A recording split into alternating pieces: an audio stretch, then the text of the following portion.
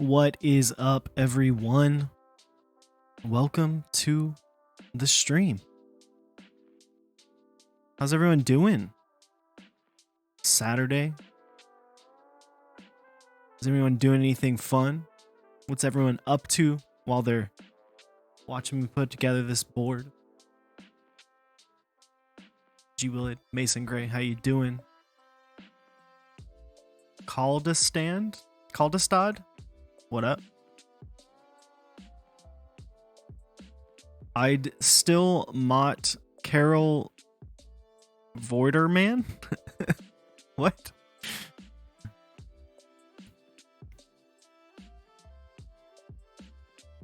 Obscure is, of course, packing boards.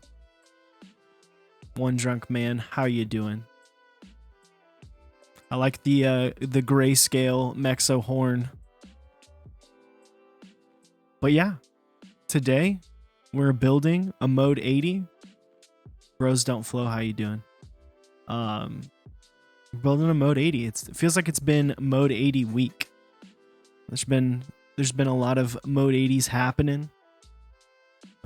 This is a first edition dark B stock. Dude, this hoodie is so comfy. It's so comfy. I got this one, and then they sent me a white one, and they sent me some joggers. And very, very,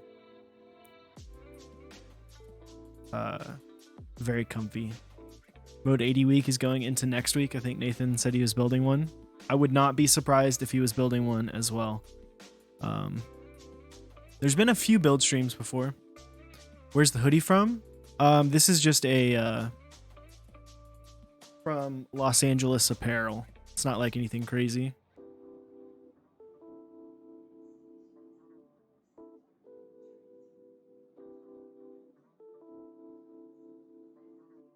I made a mistake. I have Hyperglides and Vintage Browns, and now I don't know what to build my first keep with. What?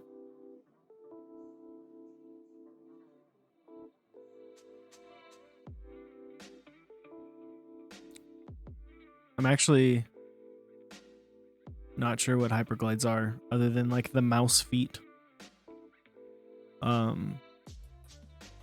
Mason Gray. Oh yeah. Both. Interesting. What up? Ravus. Everglides. That's what I think. New cherry switches. They're called Hyperglides. Yeah, the Everglades is like Duroc. Hyperglides are basically hand-picked cherry switches, so they're extra smooth. Interesting. It's cool to see that Cherry is responding a little bit to the community. But I don't want to bore you with my face because you're here for this. You are here for this board. I was gonna do a full like unboxing, but I did have to open it up a little bit to look at to like double check some things. Dude, G Willet, thank you for continuing your gift sub that you got from Iwanite. Vintage Hyperglides. But yeah, guys, so this is the Mode 80. It's what we're building today. It comes in this nice box. Fancy little magnetic tab. Pretty freaking fancy. I'm sure everyone who's been in chat has seen this before. A nice little meet the 80. Keyboards have become integral to work, play, and creative expression. 80 elevates the look, sound, and feel of this essential tool. We hope your experience with it is as fun as it is fruitful. Your friends at Mode. Aw. Getting fancy here. Showed this on stream on Tuesday. I love these little cards. The Bauer did this, where you've got kind of like a little checklist of everything you've gotten. It's a nice little touch, you know. Nice little touch. Looks good. The board that I have is a Bauer. The board that was on top. Still on the fence. Well, we'll see. You get some cool stuff with this. You get a nice little polished cloth, which is nice. You got your daughter board as well as the cable, which is also like very short. Very, very short daughter board cable there. All your screws and your drivers that you'll need, the hex wrenches that you'll need to get it all together. Nice little braided USB-C cable. I'm not going to be using this today because I didn't want to like open it up and take it out, but pretty cool that it comes with one. Nice, it's branded Mode as well, which is a cool touch. I do not film creams.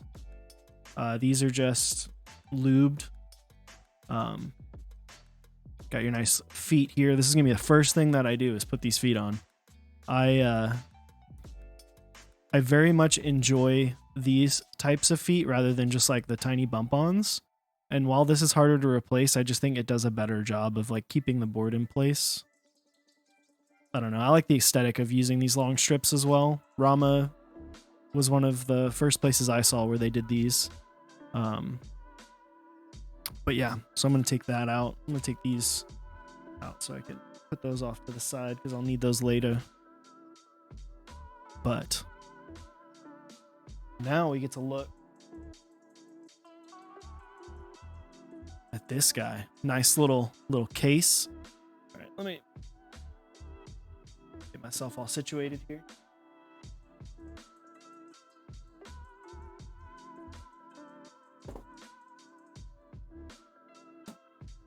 Makes a nice little satisfying noise when you close the box. It's funny because we've seen people step up the packaging game. We've seen people do the nice box, and we've seen people do the carrying case or bag. Bode's doing both. This is a pricey board. I believe the first edition, I have it open here. Let me get it open. All right, so it is in Group Buy right now, or well, pre-order, because it's coming in late January. So you only got to wait about 2 months, but it's $470. But you get a lot with it, which is pretty cool. I put this on my other monitor so I can have it open. Pixel 4 fam, nice, yeah. So this case isn't going to be like to the level of like a TX bag or like the Dixie one that he sold a few months back. It is, thinner. It's more of just like a carrying case, right? Like it's like a nice carrying case. It's not going to be like the equivalent of an OtterBox Defender case on your phone, It's more of like just a fancy looking case. Nice little, I don't think this is real leather. I would assume that this is vinyl. But how do I like my Sundaras? I love them, man. They are great. I really enjoy them. They sound really great. Yeah, it's vegan. Okay. That's what I figured. I work with leather now for my job. Well, I don't like directly work for leather. I work for a company that sells leather products. So I was like, this is definitely not leather. Is organic, fair trade, and sustainably harvest collab. No, it's not that kind of company. So yeah, I did have to open this up earlier. I wanted to open it up on stream, but I needed to check some things. But I do love that this bag has this little tab to kind of get the board out, which is really nice. If you're looking for the Mode 80, if you hit !mode, that'll link you to the current offerings. They do have these first editions are still in stock in the dark colorway, and I believe the light. But they're also running the 80 right now in multiple colors, which I'm all about the black and gold color. I believe it's called, I think Celestial's the white and gold. And then there's the black and gold called Deco. And that looks awesome.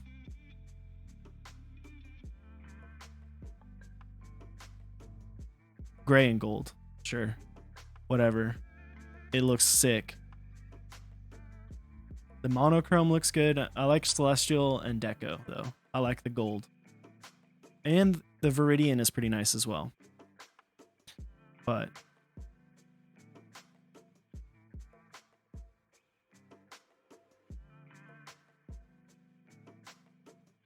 all right.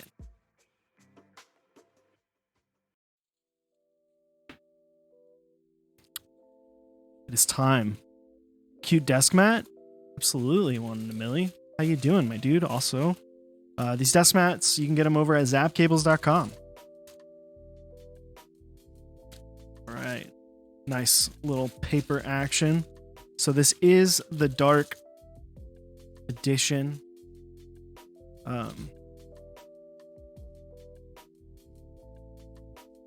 So you got your black alu plates. And then boom, look at this butt, dude. Look at this butt. You can see it's so nice. You can look at that camera. You can see the camera. You can see the light. Look at how big that light is. Oof.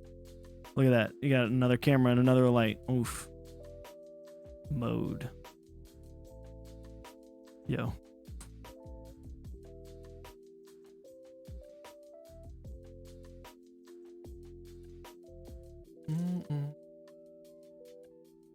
How much did that mirror cost?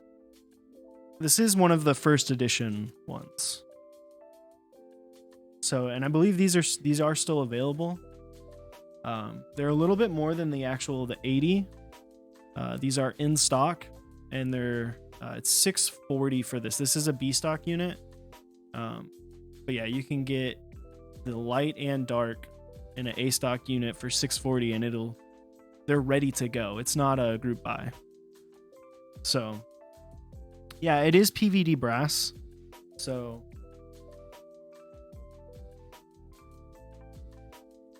or it's not PVD brass, sorry, it's PVD aluminum.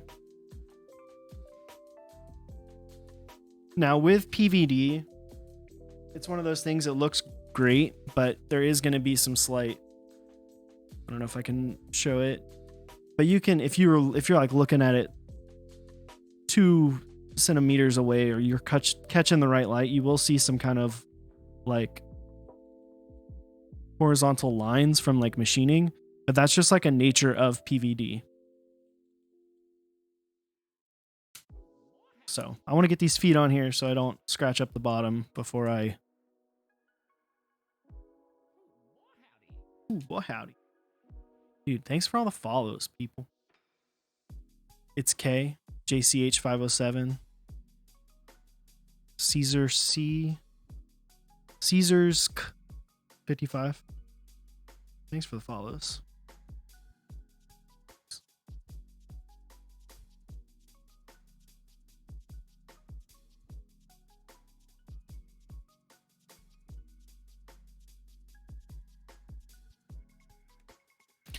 PVD is very hard to do, by the way. Like if you're looking at it, like even like this good, there is some kind of like it's not all going to be 100%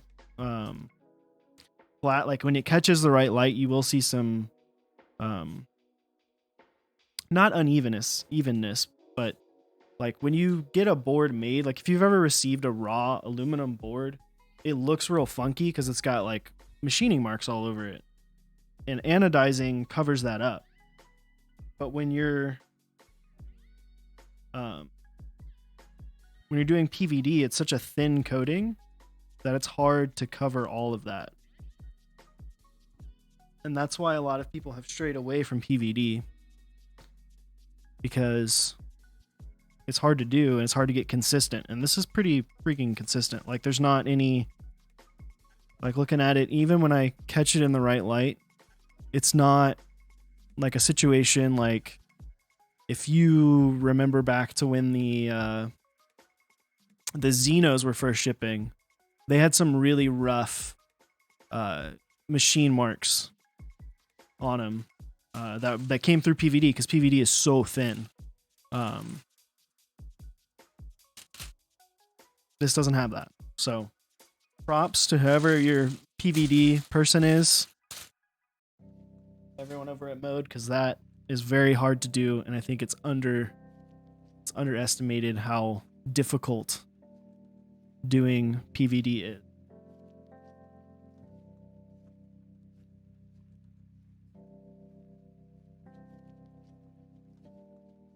A6500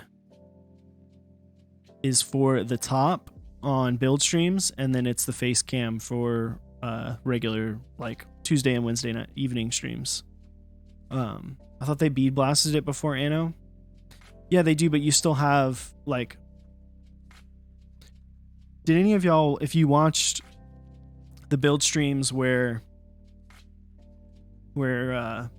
Apiary or Nathan built their prototype raw number 265s, like how there's like marks all over it, or if you look at some boards where it's like like if it's prepped for Anno,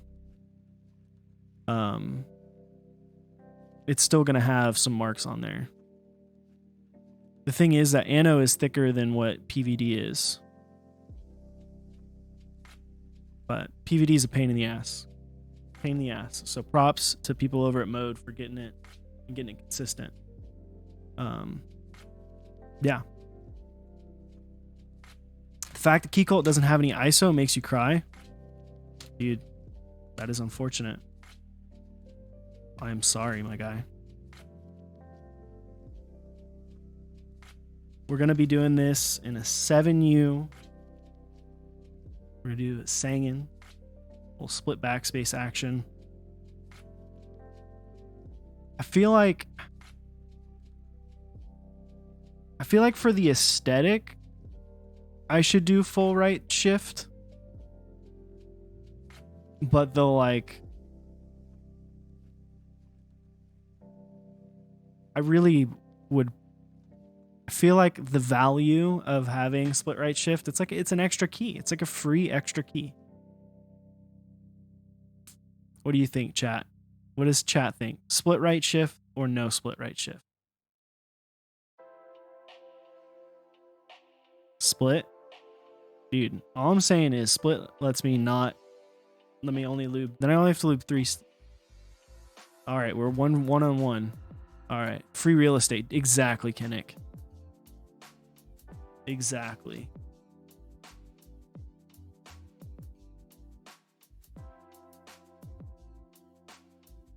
No split.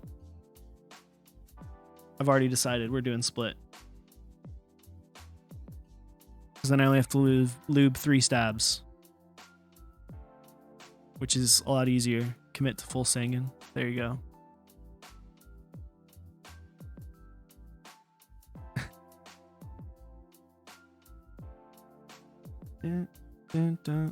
Dude, split's where it's at. Hashtag value.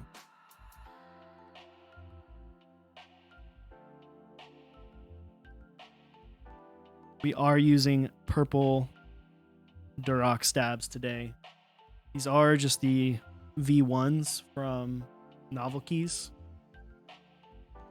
Gonna lube them up with some 205 grade 0. See 205 grade 0. What's up with the right side of this? I think it's for max compatibility.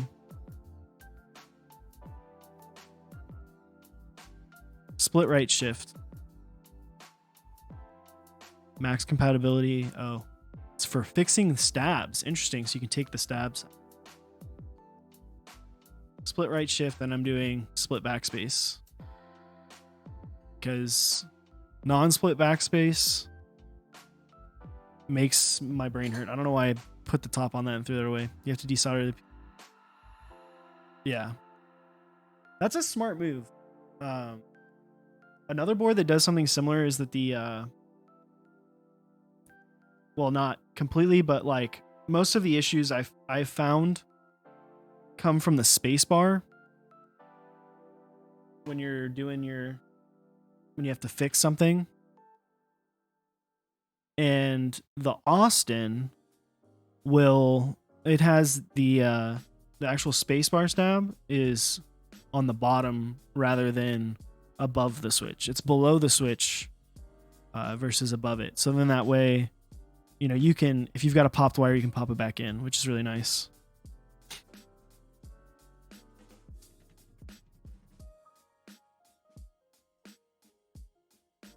But yeah, this is a cool option. Interesting design choice. But it's one of those things that's done with purpose, which I'm down for. You're just doing it just to do it. Which happens to be another Gondo PCB. Yeah. I know what you're getting at there. You like it. I see you. Those hands were just shifted over a little bit. All right, we're going to lube up our stabs with some 205 grade 0. We simp for Gondo. Dude, Gondo is a PCB master. Dude, I appreciate all the follows. Steno Mattisk. Thank you. Appreciate it, my dude.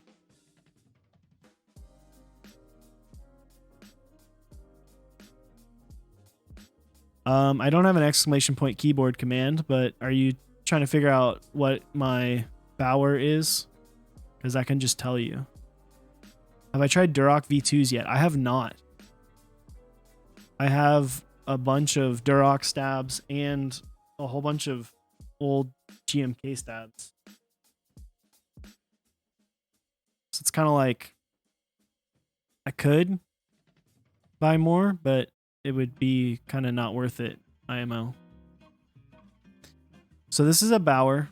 It's got a palm plate with mauves in it, mauve linear switches, and then that's GMK dual shot.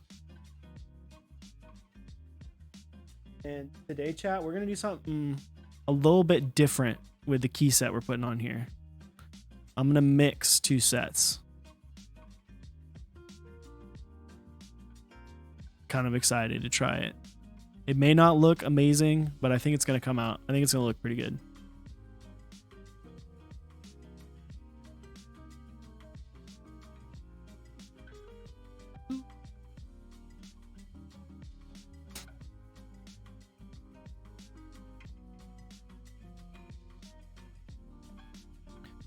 But yeah. Is that a dog over there? It is a dog over there. His name's Anubis and he's chilling. He's just chilling. Like always.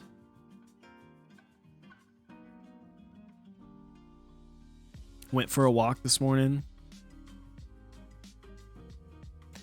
Dude, I want to say I recently got a new cable from Zap Cables, and it has not come in yet. Well, it's supposed to come in today, and I was, taking Anubis on a walk earlier, and I was like, oh, let me get my mail, and that was at like 11:30,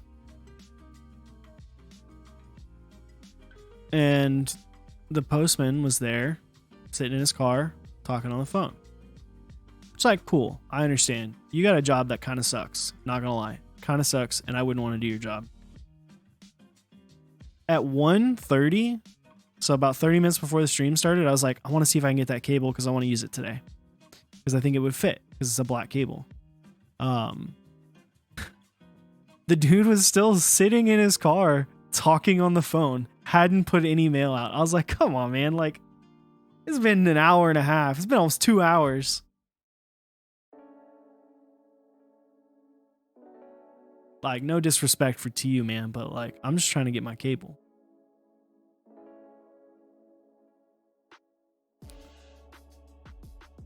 He's just vibing out, sitting in the car.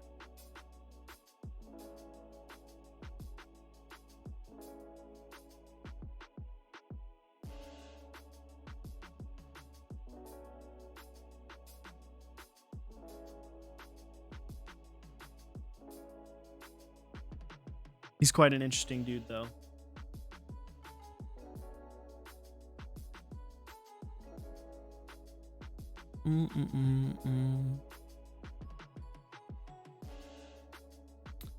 Bazinga65, thank you for the follow. Appreciate it.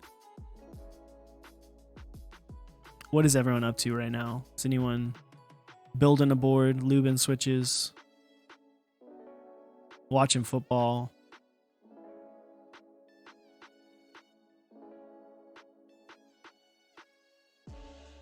We can wait if you want to go get your cable. No, I'll get it later. If you want to see what it looks like, it's pretty cool. It's gonna be pretty sweet. But I'll show it off on Tuesday.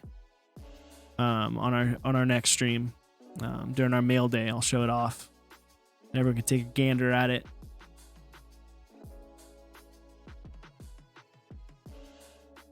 That'll be Tuesday at 8 p.m. Central.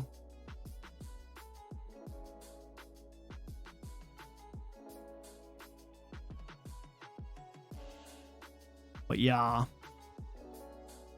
Does anyone have anything fun coming in this week? I feel like I heard GMK Finer Things is shipping to people, which is pretty sweet.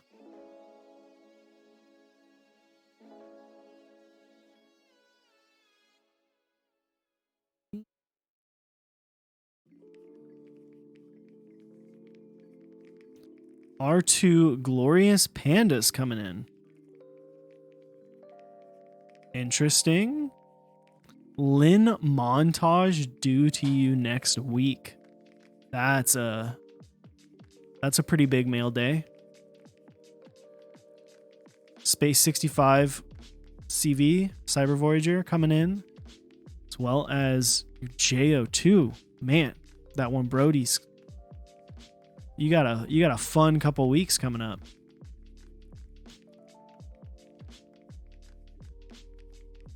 You won a keycap set raffle yesterday. What did you win, Caesar?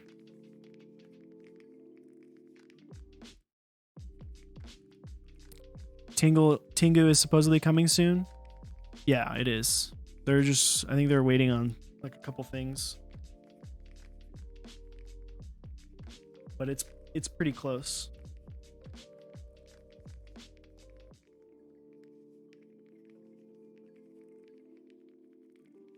Infinity Cafe. Well, congrats, my dude.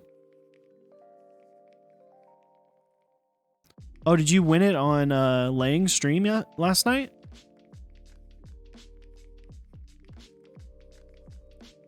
But I am the one.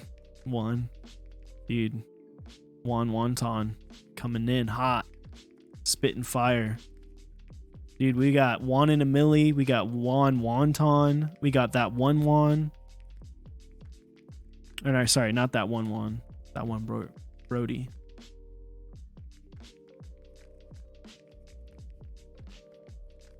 We got one above all. Oof. Someone should change their name to that one Juan.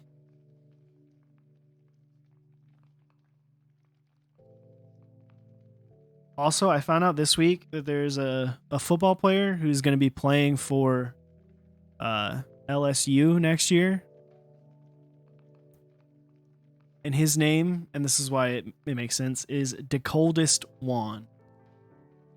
DeColdest Juan Crawford. What a freaking baller name. I would, if that was my name, I would forever go by my first and middle name. So DeColdest is his first name. It's D-E Coldest. And then his middle name is Juan. And then his last name is Crawford. And his nickname is To Eva Do It. So people call him DeColdest. So if he goes by his first and middle, so DeColdest Juan To Ever Do It. Dude. What a freaking hype name for a football player.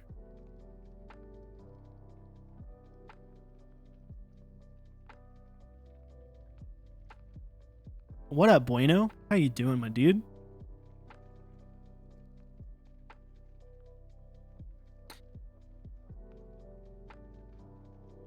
Today is my mom's birthday. After the stream, I get to go have dinner with my family, see my baby cousin, celebrate my my mother's birthday, see my parents.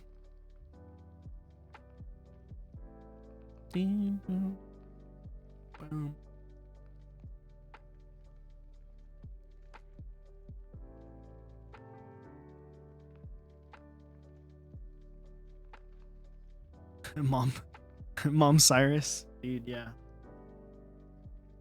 I'll let her know. I'll let her know that Mason Gray says happy birthday. Let her know that chat says happy birthday. Alrighty.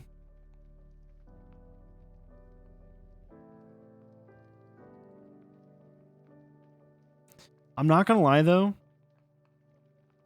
I feel like as time goes on, I become less and less of a fan of the Duroc stabs. I feel like they're too loose.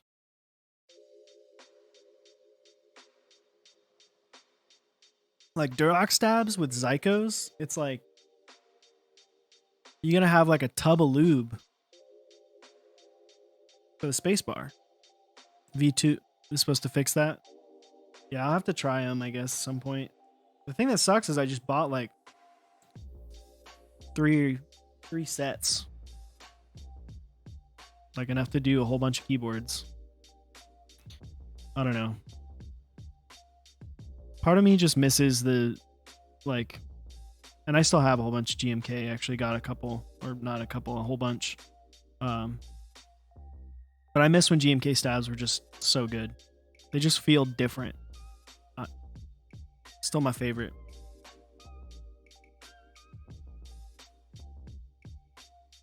Is V2 that much better? Who in chat has tried V2s? Are they really that much better?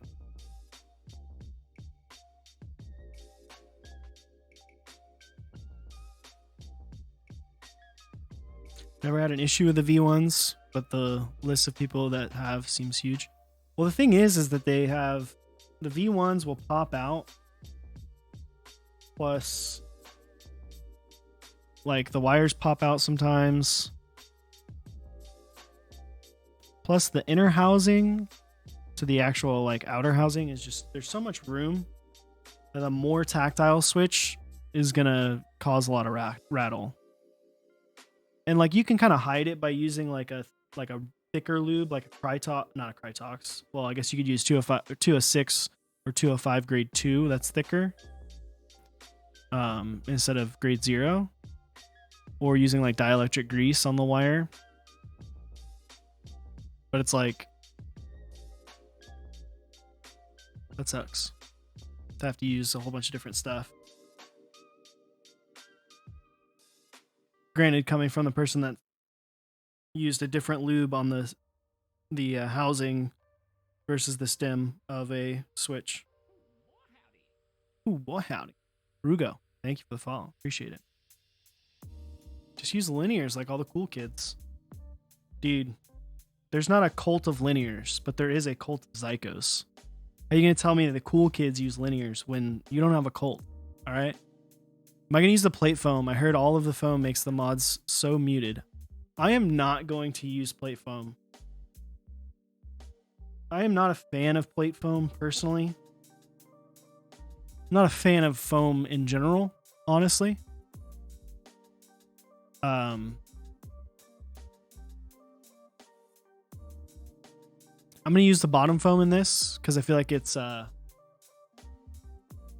designed to have it. But I'm not a big fan of foam. Yeah.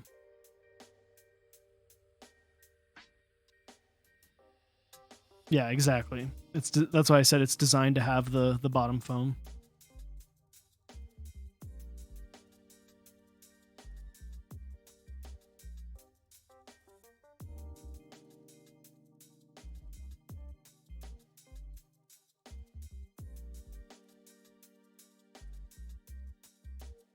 It's a shame that you need to use the bottom foam. I don't think so, because it's part of the design. Right? Like it's not an addition. So my issue with foam is that if in order for your board to sound good, and this is different than this situation where it's designed to have it, if your board needs the foam to sound good, or like it doesn't come with the foam and you have to buy foam to get it to sound good, then it's like you could probably have done a better job designing the board, right? Whereas this is like a design choice of including the foam, if that makes sense, right? I mean, it's not even like a situation like the Mechanist boards where they offer foam, or the Polaris where like foam was an option. This is designed to have the foam, if that makes sense. But the plate foam is still optional. What makes Zykos great? They're just a super tactile switch. They're just a super tactile switch. If you ever felt an Alps Brown switch, in my opinion, they are the closest you can get to Alps Brown without having to go Alps. They sound great. They're just kind of a pain in the ass too, which is why It's kind of a little bit of a cult. It's like a badge of honor making a Zycos board. Excuse me.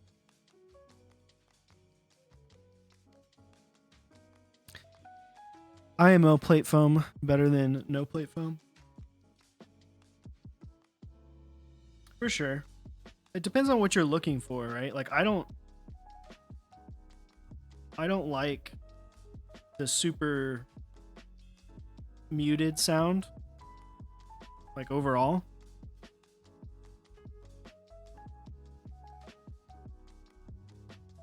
So what do you do with all the remaining parts when making a Frankenswitch? Well, the thing about Zycos is that they don't work together. So you can't put them together. They just sit there. You just have a box of random switch parts. You can buy other switches for super cheap. But yeah, they don't work together. That's the other piece about Zycos, is that they are very wasteful.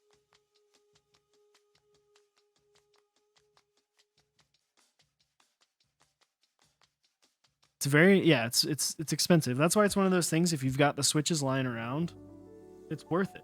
But if you don't, I wouldn't say go out and buy them, buy the pieces to make them. You got 2 out of 3. It's not as bad as it was before with like the drop Holy Pandas available, where you can just buy that and then you just change out the Zeal V2 bottoms. It's not as much work. Whereas like what Chewy did initially with the Yak Red Pandas, and then Halo I believe it was clear stems. I can't remember if it was true or clear, but with Halo stems, like you had to take apart 3 switches in order to get them together. Whereas I used drop Holy Pandas the first run.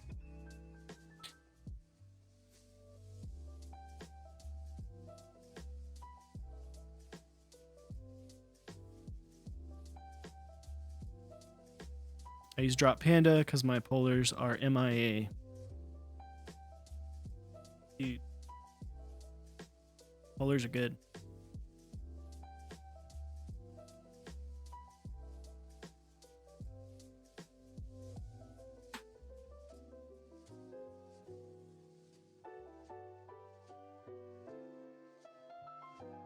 Got wet wipes. Get the lube off my fingers before I touch this PVD bottom.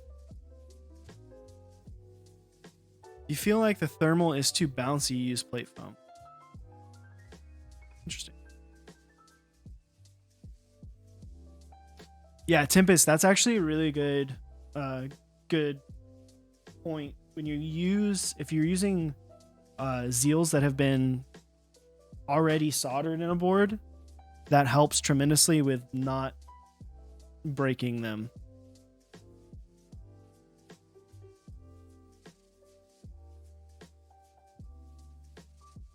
All right.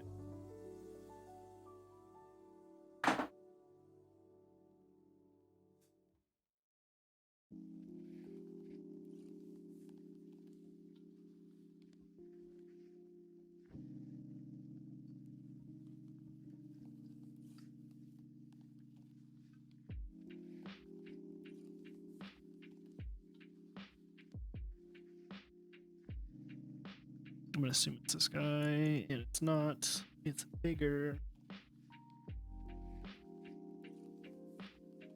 You know, a good streamer would have figured out which bit I needed for.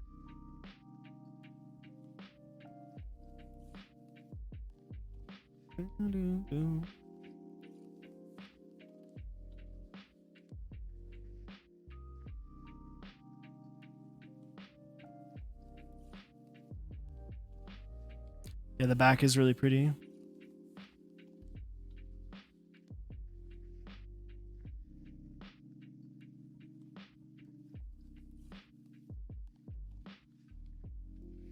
Very, very pretty. Very mirror. What set is that on my Bauer? That is dual shot.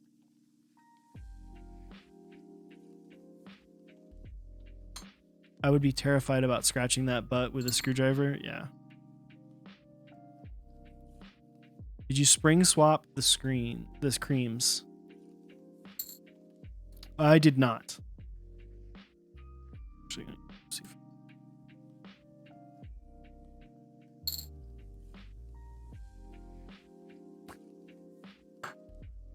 All right. So Tim and Huru rated first-time Korean streamer who is just testing, and they spam with some Korean text. All right, so it should be everything just kind of is in there. So that's pretty cool. First edition, number 177 out of 450. Pretty cool.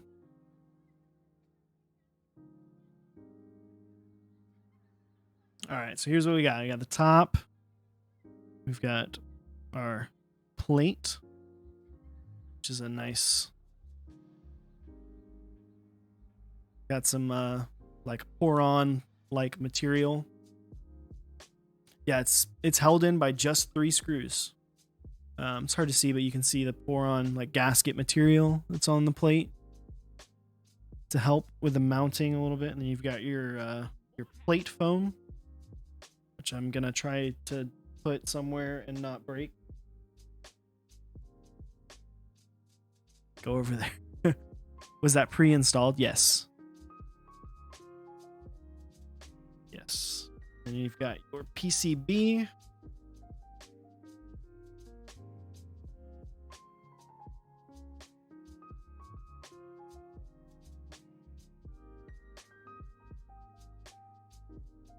Which is, it's interesting.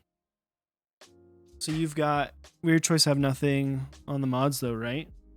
Yeah, so the reason why they do that, chat was talking about this earlier, is that so you can replace your stabs or adjust your stabs without having to take apart the entire board. So if you are wanting to, you know, maybe change from Durock V1s to Durock V2s,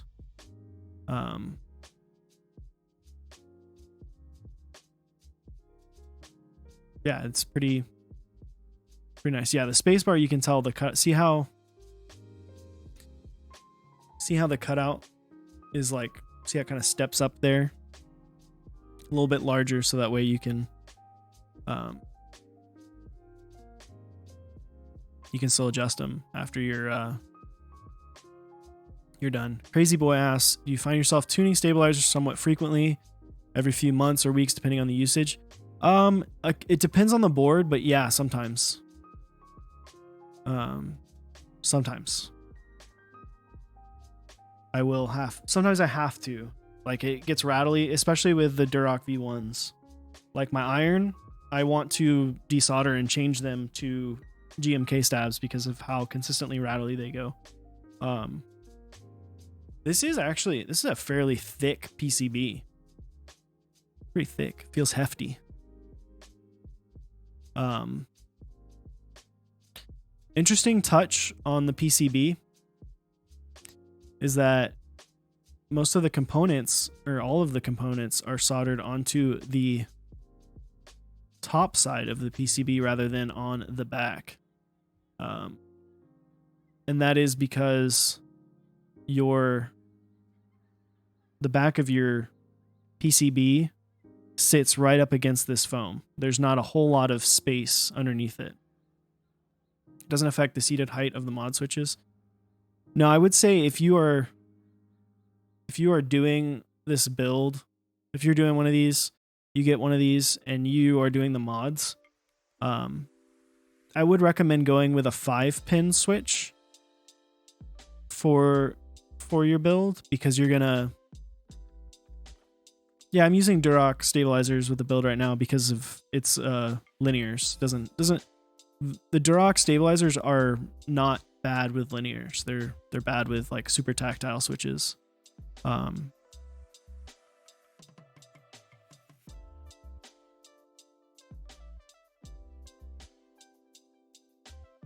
But yeah, if you're not using 5-pin, if you're using just 3-pin, you will have to go through the trouble of aligning after you've kind of started soldering. So 5-pin will stay there, and you have to worry about it not having support from the plate. If you're using 3-pin, you'll have to make sure that you get it, you know, nice and lined up as if you were doing a plateless build. So yeah, nice PCB. It is a Gondolindrum PCB. Yeah, looks good. I will say, if you're building this, be very careful with this, because you can see that is the mount for the cable for the daughter board. So you want to make sure that you don't like put this face down like on the side of the desk and then knock that off, because that would be rough. So you got the bottom foam, which is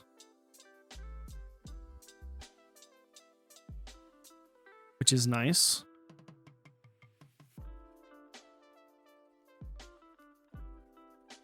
Here, that is required, and then this is your bottom. It's not quite as mirror of a finish as the actual butt of the keyboard, but still pretty solid. I feel like if I can have it hit the light, you can see what I'm talking about. How PVD, you see those little kind of like little circles. Sometimes that happens. So you can see they spent a lot more time perfecting the exterior finish, this finish, than they did the inside, which is perfectly fine by me. I would rather have super solid PVD, mirror PVD one place, and then have, you know, this, which is still super consistent and pretty good. Yeah, still looks nice on the inside, but you're never going to see this. What's the reason for the cutout for the daughter board is so large? I would assume that's space for the cable to sit. I'm not sure why it's so big, but I feel like that if you were to try to like do anything crazy with it, it would just add up to more machining costs. I feel like that the size of that makes it relatively easy to machine.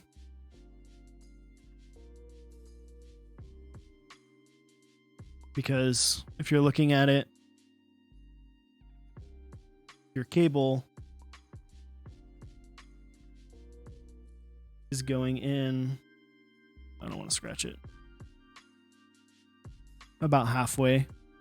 Just space for the cable. I don't know. That's not like a big deal. IMO.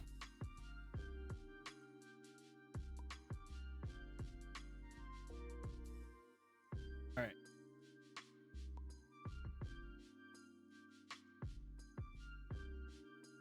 What's up, Cartoon? How you been, my dude?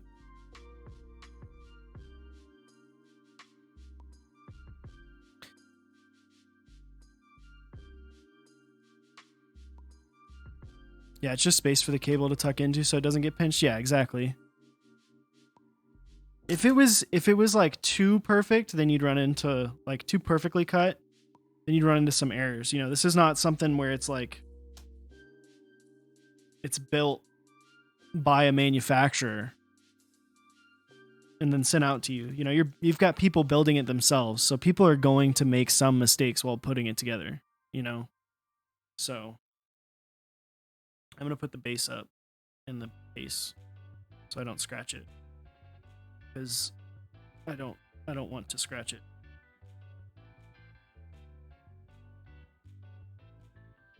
Woo. Dude, I've been good, man. Been good. This on the side.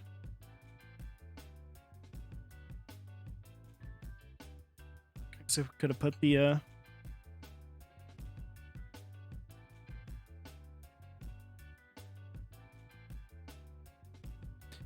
Isn't there a pre-order for the M80 mode 80 right now as well? Yes. You hit !! mode, that'll link you to the 80, which is running right now. But yeah. Get our stabs in here. Boom. Boom.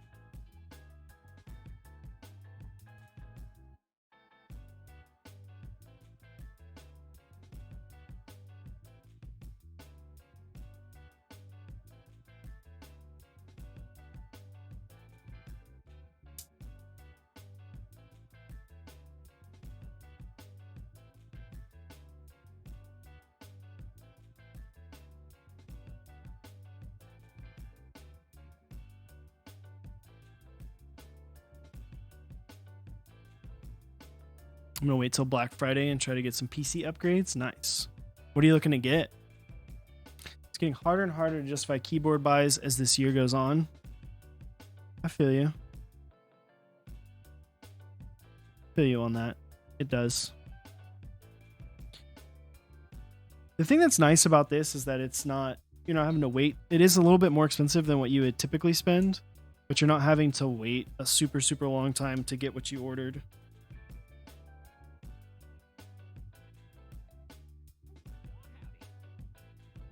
I'm done buying boards until Andromeda comes. I'm hoping for a 65% that catches my eye in 2021.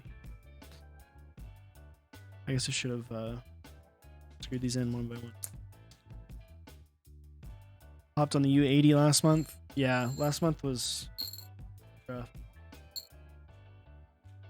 With U80, or well, I guess this last month into this month has been rough. U80, Satisfaction 75, the Mode 80, and the Iron 180. Lots of 80s in there. We're getting physical. Actually, I'm just going to take these off. Probably motherboard, GPU, CPU, and RAM. Okay, well, that's like half. That's like almost the entire PC. Cartoon.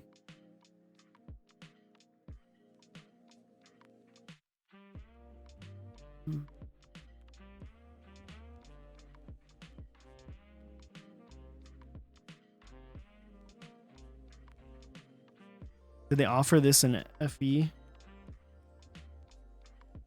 I don't believe there was ever a Win keyless model. I believe it was just this. What are you looking to pick up, Cartoon? Are you trying to get one of the new AMD CPUs? Are you trying to get a 3080 or 3090?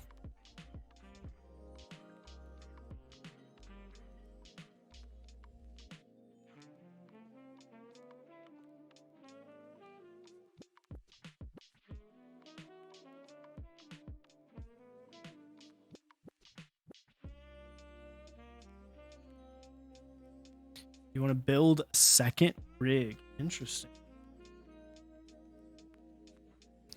5800X and a 3070. There you go. I love when people do spacebar wire facing the bottom. It is the best. Get in the hole.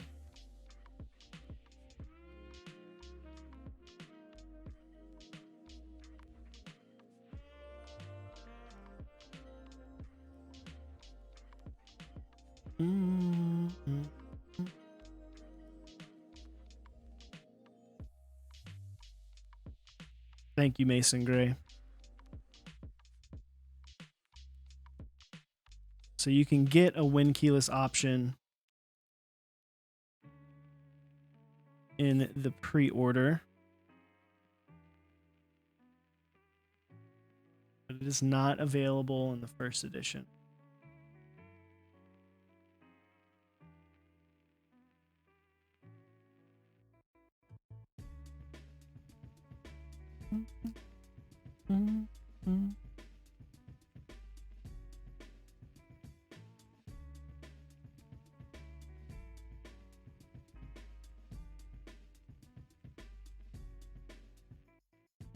And if you have like questions about like how to build one of these, he actually does have a very good, very in-depth build guide on the website. as well as there's going to be tons of build streams. So when you get yours, you'll know exactly how to build it. Because I'm actually following along with the build guide.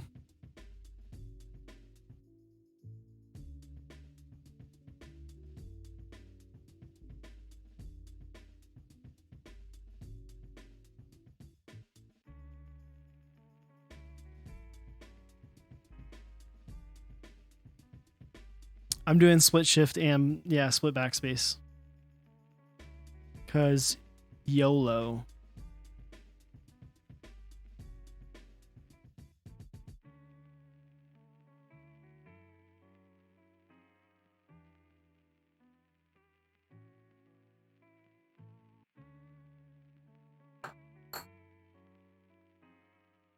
All right.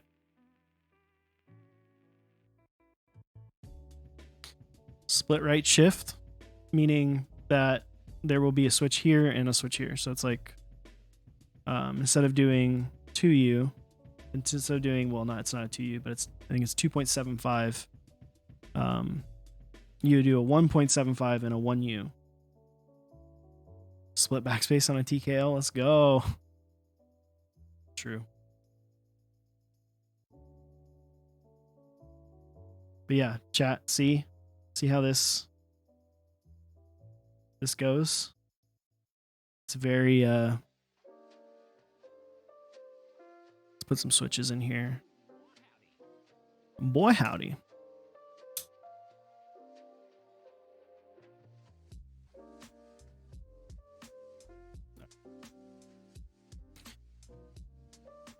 Do do do do.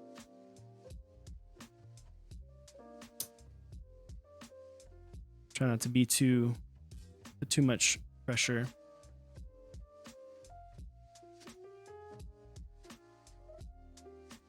What are you talking about, cartoon?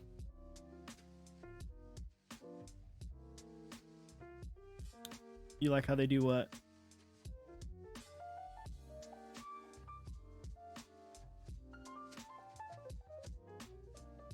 Oh, with the stabs? Yeah.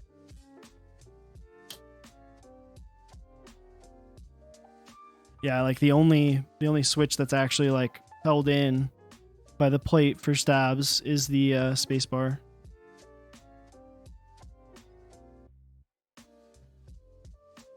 All right. Nice. Always gotta double check. I forget. Nothing wrong with forgetting which hole is for 6.25 and which one's for 7.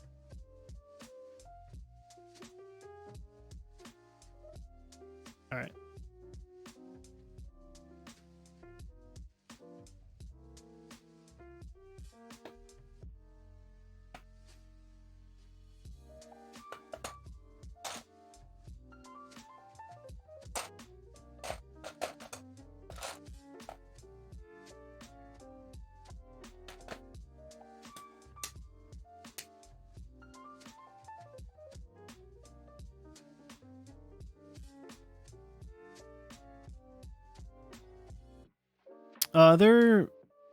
They're not like super broken in,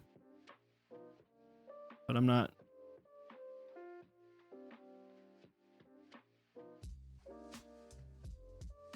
worried about it. Is it still held in if the wire is down? The spacebar? Yeah. The orientation of the wire doesn't do anything for how the actual stab forms.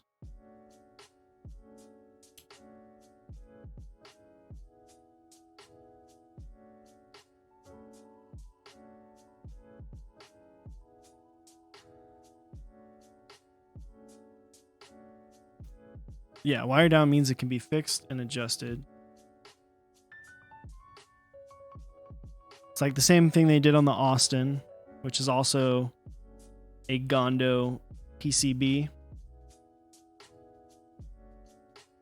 Like I said, if you're not using 5-pin switches or PCB mount switches, you really need to be careful. You just got to make sure that you do your alignment. when you're putting the switches in, before, like, solder one pin and then check your alignment with a couple switches to make sure that everything is correct. Because if it's not, if like a switch is off, then your keycap's going to be tilted one way and it's going to look weird, or you might have some rubbing and it doesn't work correctly. But that's only if you're using 3-pin switches. So if you're using something like if I remember correctly, the Glorious Pandas are 3-pin. The obviously Holy Pandas are 3-pin.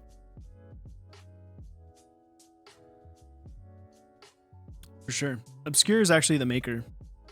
Ukulele Dad, what is up? How you doing?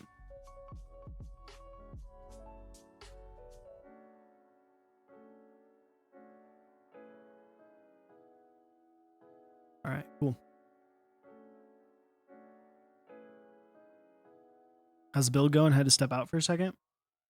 It's good. It's good. Stabs are in, and they feel good.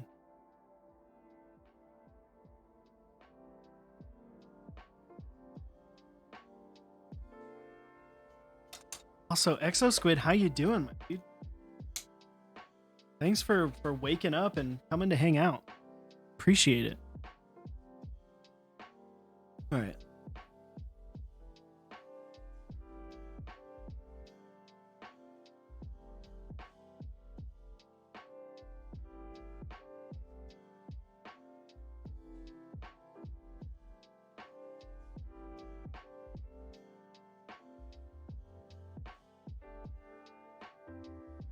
Excuse me.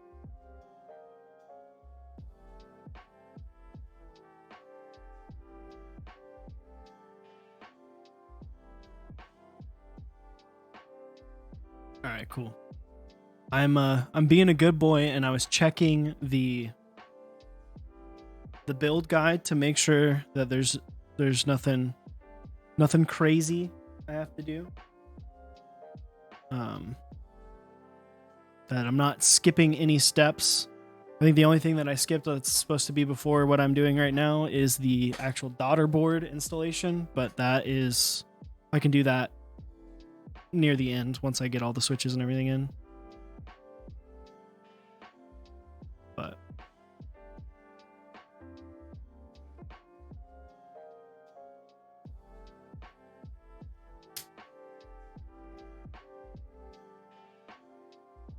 that is the only tricky part. Yeah, getting the daughter board in.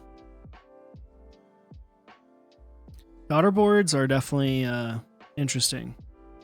Try to get some rigidity into this plate.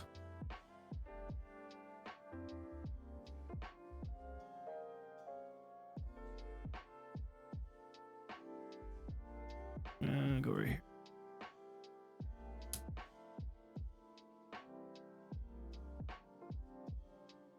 But yeah.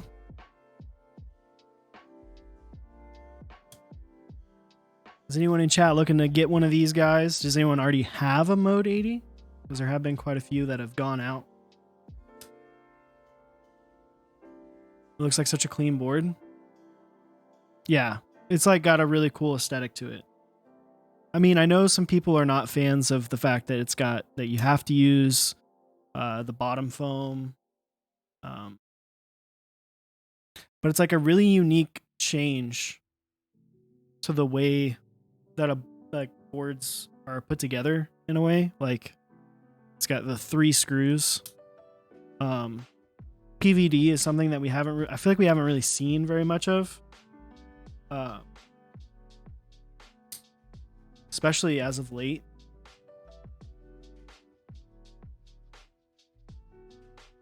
Dude, all I'm saying is the colors that he chose to run for the pre-order version for the 80, pretty hot.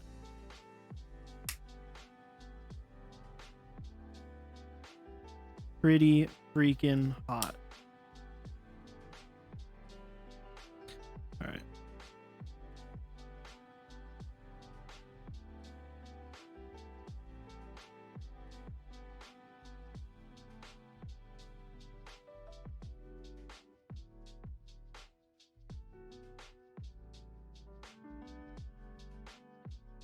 leftmost, right? Yeah, leftmost.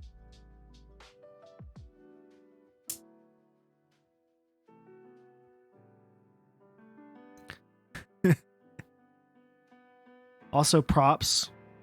So what I was turning around to look at is there are, and I'll show it in just a second, props to Gondo and the people over at Mode for deciding to do this.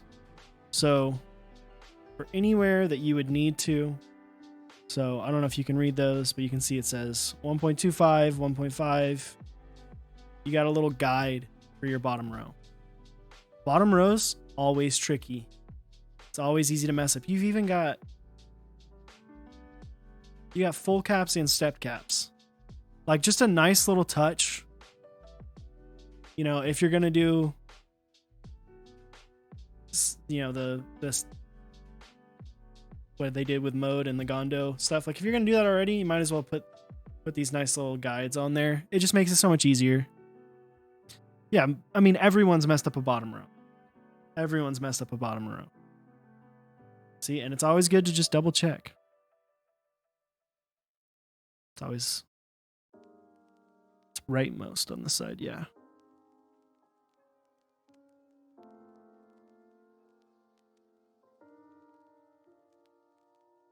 Interesting.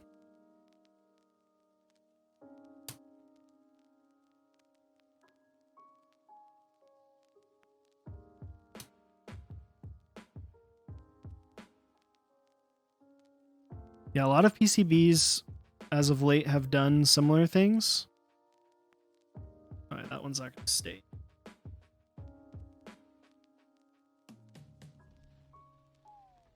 Yeah.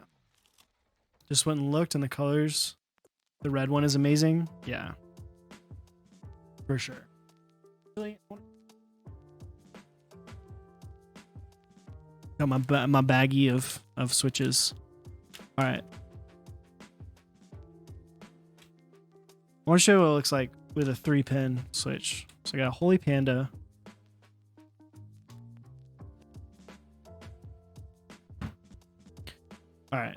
So this is what I'm talking about. All right. If you're using a 3-pin switch, look, there's so much play in this. This is what I'm talking about. When you solder one pin, get it aligned, then solder the second pin. Because if you solder the switch in and it's, you know, borked like that, like it's to the side, when you go to put that cap on, it's gonna run into the cap from the bottom row, and you actually might not even return. So it's always good to make sure that I would always recommend putting cap on, solder one pin, make sure it's lined up, and then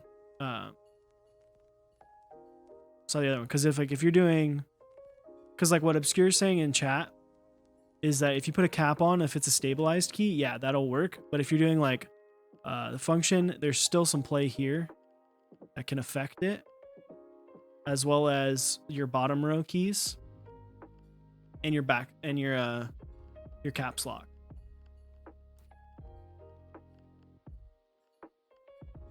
It's always better just to check it. You can check it like one thing that a lot of people use to check is like a credit card to make sure that it you know works, to make sure everything's like lined up, because those are straight. Which camera am I using? So I use two different cameras, similar one. So the one for my face is an A6000, which it looks like I'm, oh, there we go. It's getting darker outside, so it was super bright earlier. There we go. Brighten me up a little bit. So A6000 for the face cam, and then the overhead cam is an A6500. It's always one of those things. You spend a lot of money on a keyboard. It's always better to take a second, take some time, make sure you do it right. Don't rush it. If you rush it, you're going to have more issues than if you just took your time and tested everything, made sure it all worked, made sure it was all perfect.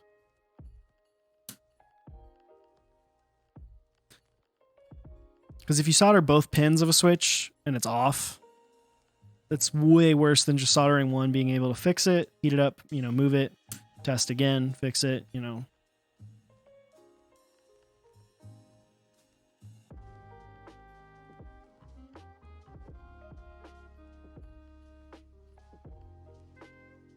Because the top's not all the way on.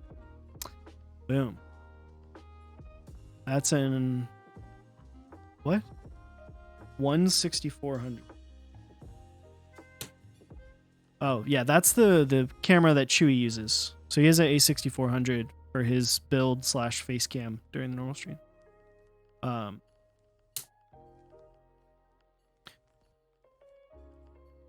use an A6500, which may be harder to find because it's no longer in, or well, I think it's still in production, but it's not as popular. If you have little trays that drop holy pandas, you can snap that on top, help them line up. True, I've never thought about that. I mean, honestly, keycaps is a good bet because then you're going to be able to align them as well as then you already have the keycaps on.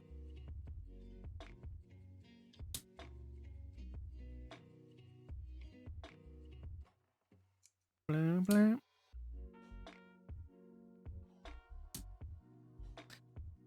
I need to get some new songs up in here. Like I've had the same playlist since we started using Epidemic Sounds.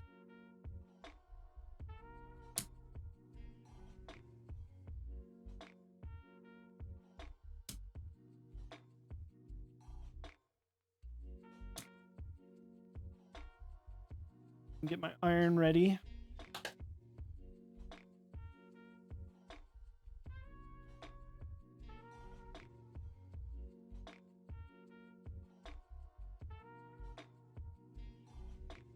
Thank you, Keeb Noob.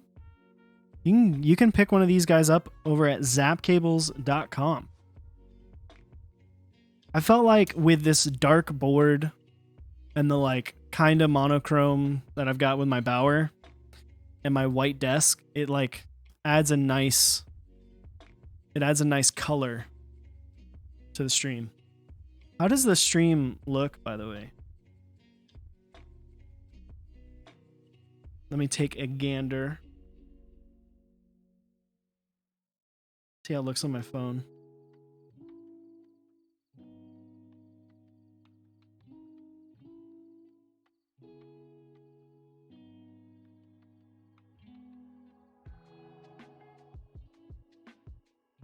Ooh, yeah, it looks good. Desk mat looks good. Stream looks good on my end.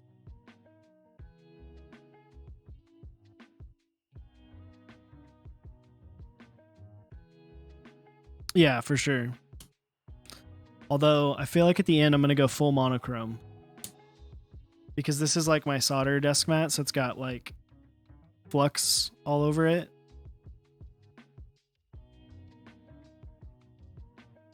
Kiki Deliver asks, genuine question, why are Win-keyless boards preferred to some? Is it aesthetics or something else? I feel like it's a mixture, right? Like I prefer the aesthetics of Win-keyless.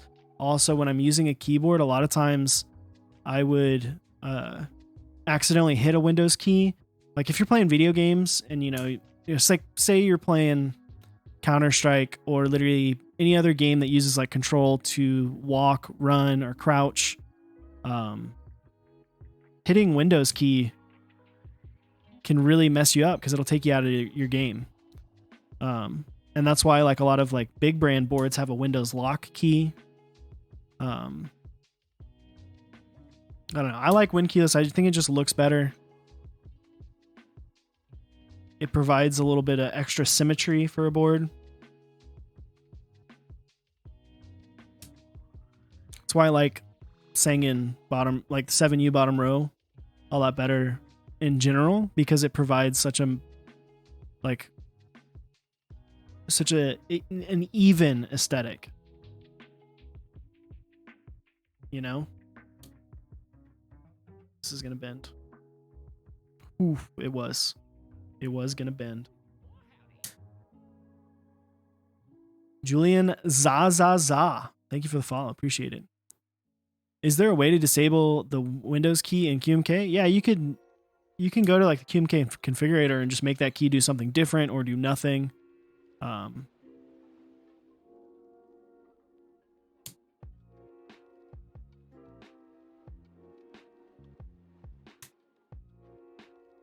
Yeah, set it to a layer. I didn't know WinKeyless would be awesome, and I just started using WinKeyless, and you love it. Yeah. Because Mac, your function is the Alt key, or what would be Alt. Mode 80 builds are always interesting. Well, thanks for joining in. Thanks for coming to hang out.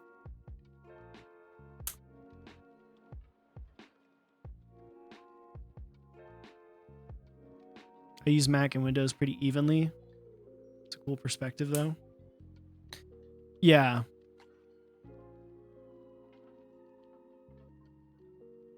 I don't ever use Windows key, honestly.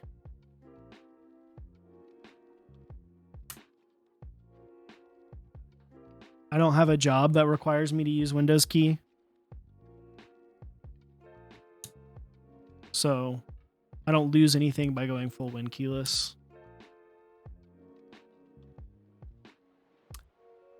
Having a hard time swallowing the WinKeyless pill because I use the Control Command Alt caps lock. Okay. I feel you. I swap layers to a layer that is exactly the same, just no WinKey. Nice. I use Alt Tab. I never use WinKey when I'm using a Win keyboard. Yeah.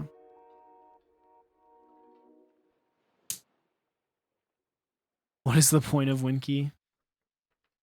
I mean, there's a lot of like commands you can use WinKey for.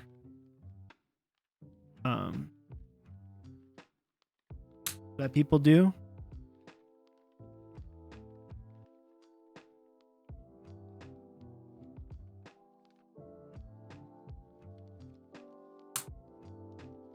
But personal build or client build, this actually is neither, if that makes sense. Dude, Andy Win. Dude. Thank you. Thank you for the raid. How was your stream, my dude?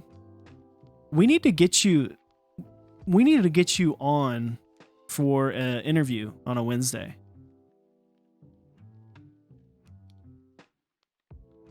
TXR NXRR. It's GMK dual shot. The stream was the actual worst. What went wrong? Also, welcome everybody from Andy's stream. What is up? Welcome to Mechs on Deck. I am Osiris, one half of Mechs on Deck. All your audio broke. That sucks. That sucks, man. I am one half of Mechs on Deck. The other half is Mr. Chewart Little, aka Big Chew, aka Chewy. We do streams every Tuesday, Wednesday, and Saturday. Typically, Tuesday and Wednesday, our streams are more talk show focused. Wednesday, we always have a guest. This past week, we had Bueno Builds. And we like to talk about keyboards. That Switch has no stem. Would love to be on the show sometime. I'll make sure my EQ to EQ my voice deeper. Nah, dude. Even if you did, you wouldn't be able to compete with the amazingness that is Bueno Build's voice. Dude's voice is nuts. But how did your audio break?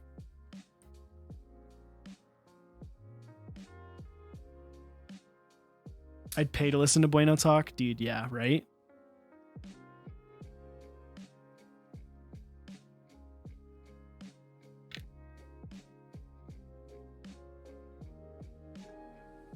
Dude, Bueno should do like audio for like drama books. You think you messed up the RAM since you're in between PCs? Oh man. That is unfortunate, man. I'm sorry. I am sorry. I know how that goes. we had an interesting issue with Chewy for the longest times. Chewy's mic, it would like just randomly mess up and just randomly start like popping. And then it would just randomly cut him out. Like it was a mixture of his mic and Discord just didn't like him. Like every time he would restart his computer, it would reset the volume for his Yeti, like the actual Windows volume. And so it was getting caught over and over again by the Discord noise gate. It's one clean Bower you have there. Thanks, man. Appreciate it. Dude, I want to move this chat over a little bit. It's too... I feel like chat's too big. I'm gonna make you smaller. Sorry, chat. You're getting smaller. Back in the YouTube videos, yeah. Dude, there were some interesting issues that y'all never saw because when we were doing YouTube videos, I was able to like edit them to fix it. All right. Look at that wired mouse, noob, dude. Listen, Gio. I got the Razer Viper Mini, okay? Look at how tiny this thing is. It's so small. It's so small. But I enjoy it. It's got some RGB. The RGBs, dude. What's up, Kiwi Kang? How you doing? It's big chillin'. All right. Small mice for the win. Still gotta go wireless. Dude, Andy Win, thank you for the 10 gifted. My dude. Thank you so much. Really appreciate it, man. Congratulations to all of the winners of the gift sub lottery. Please give a big thank you to Andy. Switches are going to fall out.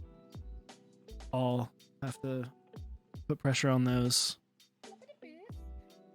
But let's double check. Make sure that nothing is bent. Because if something is bent and you start, it kind of sucks. Oh, we got one. Did we just get away with one? We got two. Not doing too hot, chat.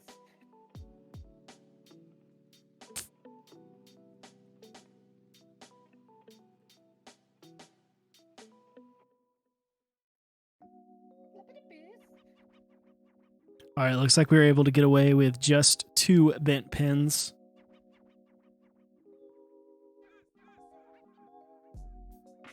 It's like the edges.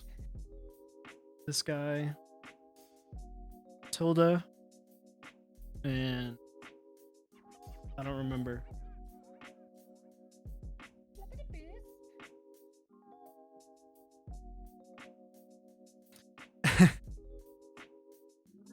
Dude, the Shure mic, because my voice is higher than Chewy's, it extenuates that because it's a little bit deeper, but Chewy's got a little bit naturally of like a deeper voice, so the Electro voice, the RE20 that he has, works well with his slightly deeper voice, and it has a little bit more shine to it.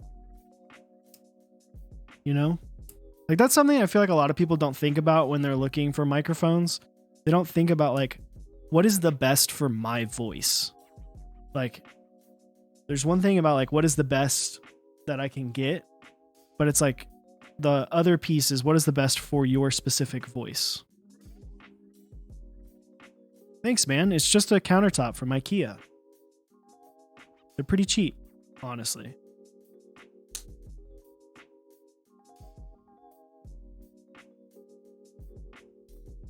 All right, just double checking, making sure that we didn't bend. We don't have any other bendy boys. We got one guy that's just trying to bend.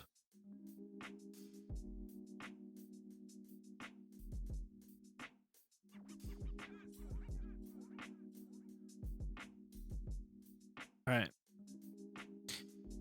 have to go have breakfast / lunch / almost dinner now, to be honest. Have a great stream. Thank you, man. Thank you for the gifted sub. Thank you for the raid. And thank you for the tier 1. Appreciate it. Have a fantastic rest of your night, Mr. Andy Wynn. Enjoy your meal, and good luck with getting everything fixed on your computer.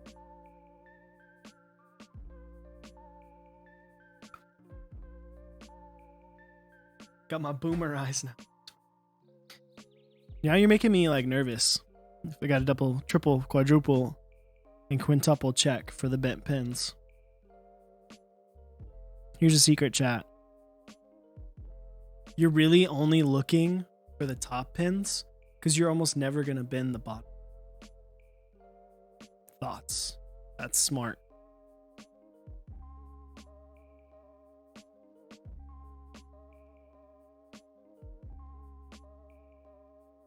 What bottle is that? It's a Bubba keg bottle.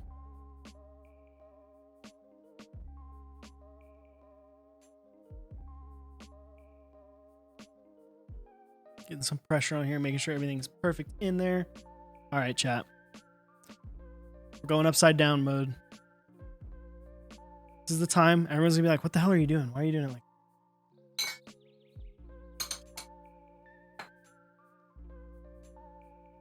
Never gonna bend the bottom pins, challenge accepted. I feel like if you bend the bottom pin, you also bent the top pin. Like that's like you messed up the whole switch. Cause like look at how hard it is to bend. Like the bottom pin is much more like it's much more rigid. Whereas top pin, it just wants to bend. You feel me?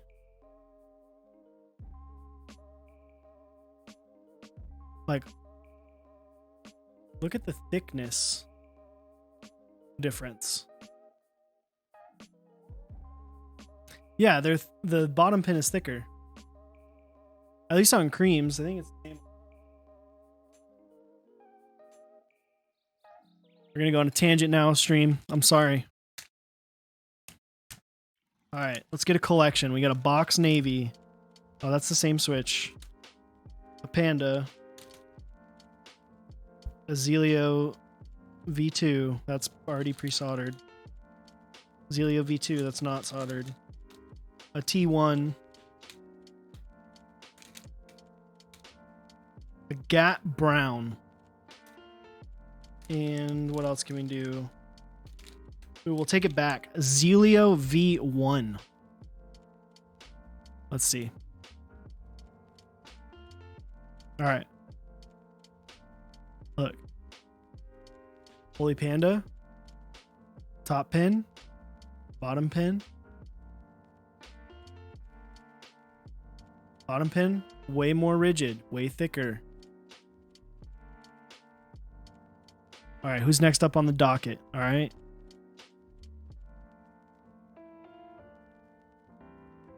T1. See, it's so much thicker. It's thick boy. Zeal V2. Thick boy. Zeal V1. These are soldered. Sorry, chat. Thicker boy. Any real design reason for that? I think it's because of the mounting point for the leaf is on that side. I think. I don't know. Box Navy, same thing. Granted, it's a kill switch, so this has the steel and then the like bronze colored one.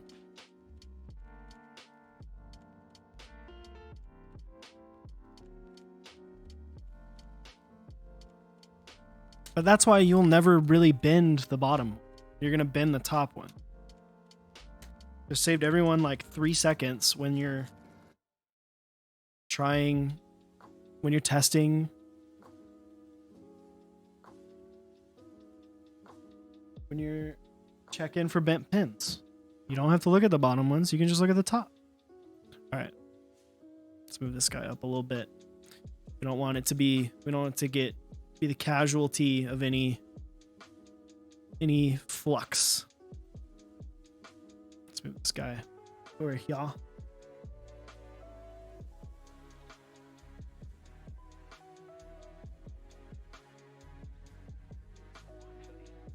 right, chat. Dracula King, thank you for the follow. Appreciate it. Always got to tin that iron, get it nice and clean. You want it to be bright and shiny before you get started, because if it's not, you're going to have some issues.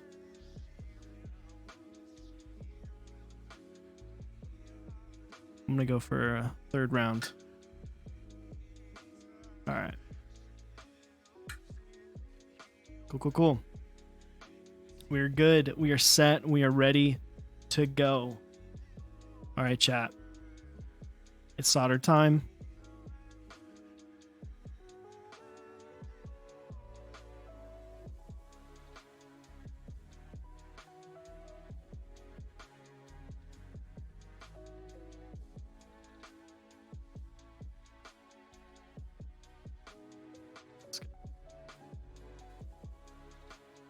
It is solder time. It's always important to flow. Put your solder on one side and your iron on the other side of the switch. You heat up. Kind of stick the iron in between the pad and the actual pin. So it heats up both. Out of curiosity, what head attachment do you use on your Hako? They're the one that just comes with it. Iron 180 or GMK Dracula? Oof, not sure there, honestly. Dracula is kind of in color matching purgatory. But it's like one of those things, I'd rather it be in color matching purgatory and come out perfect than them skip steps and it have issues or people be upset, right? That's a super popular set. It has issues, then it's going to be a pretty big deal, you know?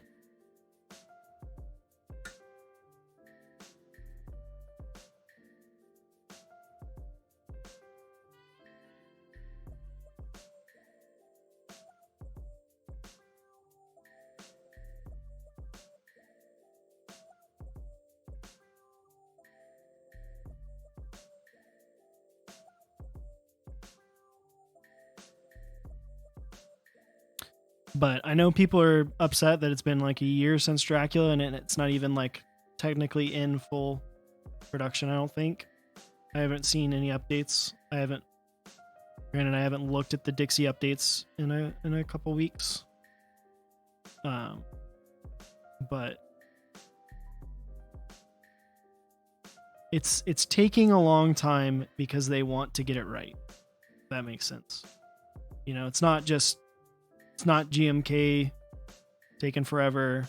It's not them taking forever. It's we want it to be perfect kind of thing.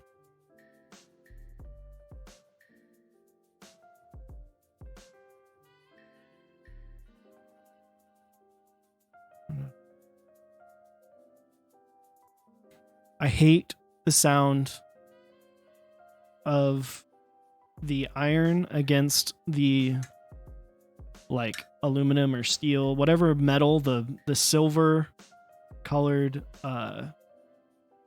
pins from Kale. Like when it rubs, the noise that it makes is so disgusting. It is such a gross noise.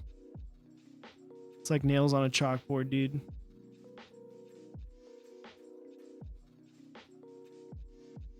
Is it okay to lube switches 2 months before putting it in a board? Kind of want to do some lubing now while I have time, but my boards will arrive late December and late January. Yeah, dude. It doesn't like hurt them.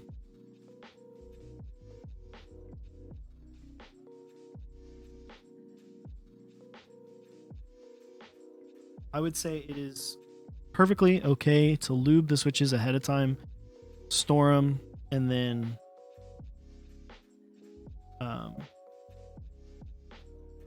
put them in whenever your board comes in.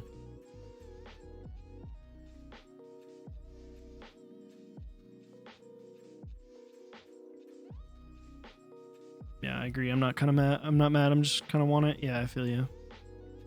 I mean, there's a lot of sets that have taken a long time to get. You know, another one is Terra. You know, we're a year from that. It's kind of in the same boat of like the color matching process is just taking a lot longer now than it did before.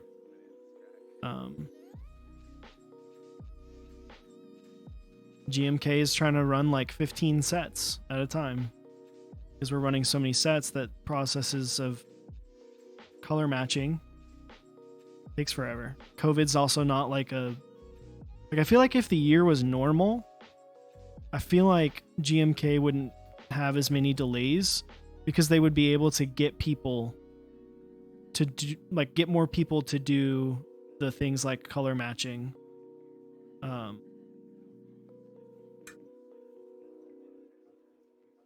Because it's not that they don't know what they're doing, it's that it's taking forever because they've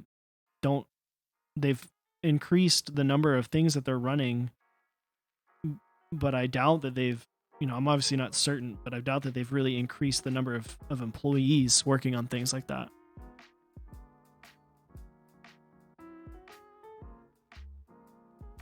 Not to mention work from home is kind of hard. When Strat comes out, it's going to look damn amazing. For sure. For sure.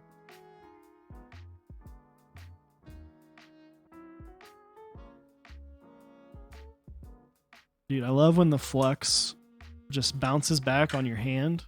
Gives you a nice little burn.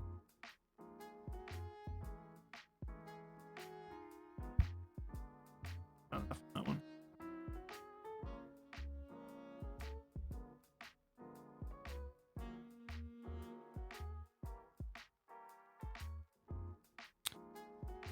Shipping samples and raw material would also be faster. Yeah. Flux burns make me feel alive. Right?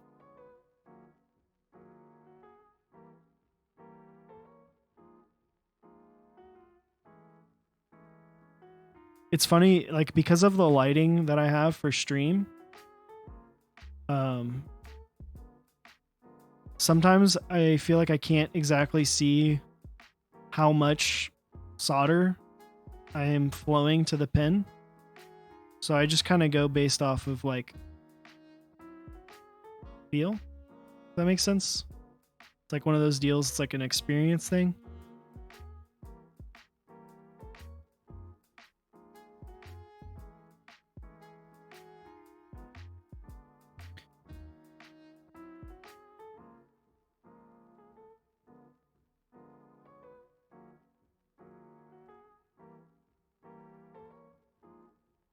Like just visually knowing how much of like the actual line I need to put on. Solder is now an extension of your finger. True. I don't know. I feel like I have a pretty good idea of. I think it was Stash that was gonna do a. He was gonna do a blind build, and I don't know if I'd be comfortable enough to do something like that.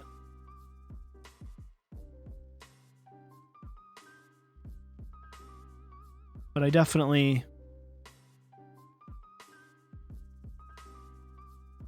can almost not even like pay attention and know how much solder I'm putting onto a switch.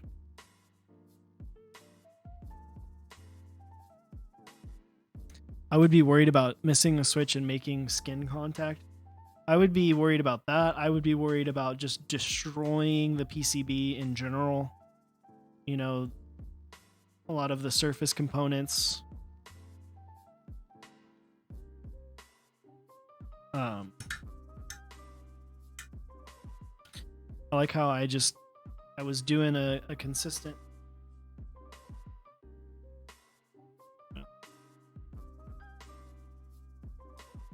I don't know. There we go. PCB is more important than his hands. Haha. No, I mean, I feel like I would be worried about. I feel like it'd be pretty easy to like not burn yourself, right? It's not like it's his first time handling a soldering iron. But like the PCB is not in your hands, you know? Like you're holding the solder and you're holding the iron, so you're in control of where it goes. Whereas the PCB is like the independent variable.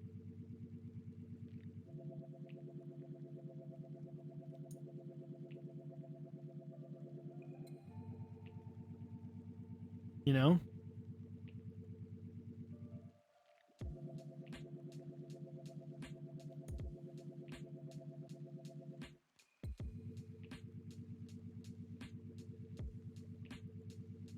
PC.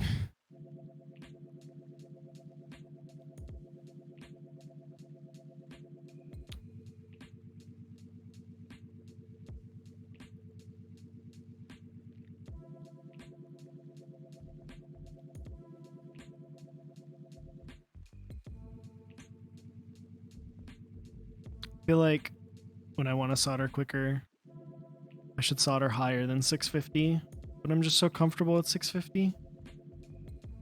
People like IME or you solder at like over 700. They can go so much faster. Did I get in on the Mode 80? I have not. And I'm not sure if I will. It depends on how much I enjoy this. I will say so far the build has been pretty decent. It's not been a difficult build so far.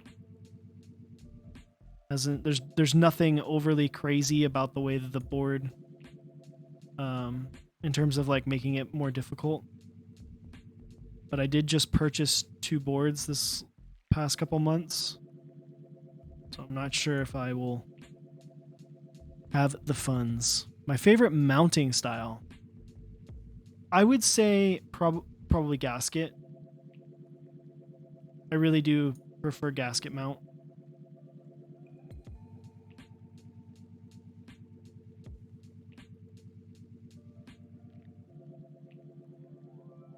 My favorite boards that I own right now are my Bauer, which is right here, as well as my Iron 165. And I actually still do have the Iron 180 in my possession, which I do enjoy very much. Ooh, well, howdy. Mommy Love, thank you. Shit.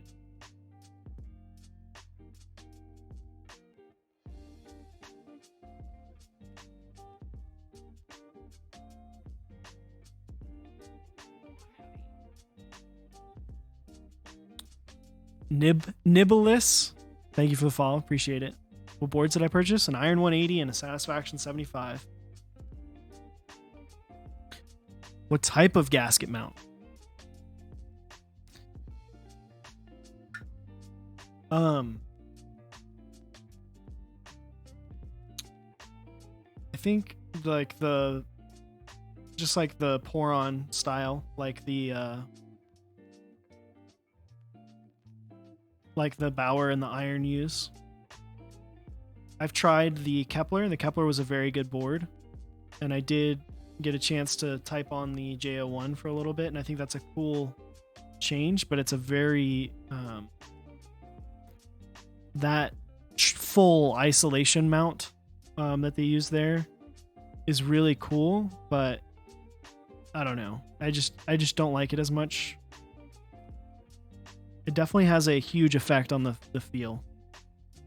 What temp should I keep my soldering iron at? Just trying to take apart my first pre-built. Well, Jedi Junia, I solder at 650.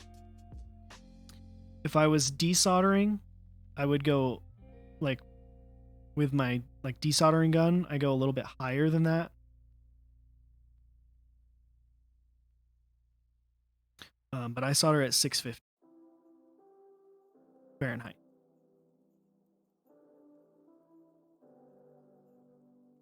Anubis is snoring. My dog is snoring.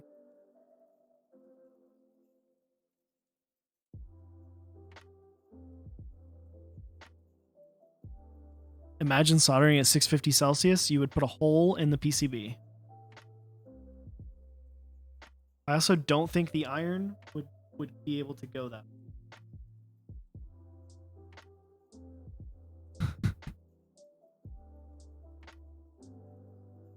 Also, we are not using the plate foam today. Leo Mafra, thank you for the follow. Appreciate it, my dude. Or dudette. Although I feel like dude is a universal term at this point.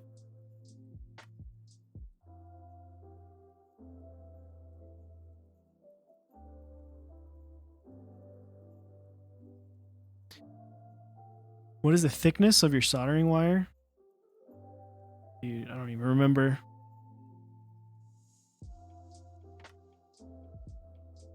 Kimchi Jody boy, how you doing? How is your Saturday going so far? You do anything fun this weekend?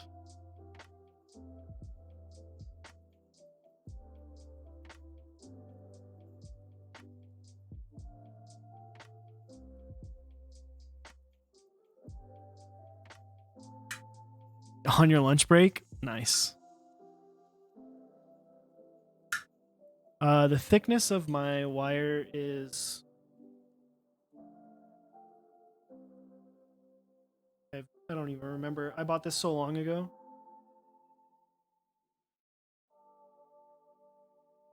.8 millimeters.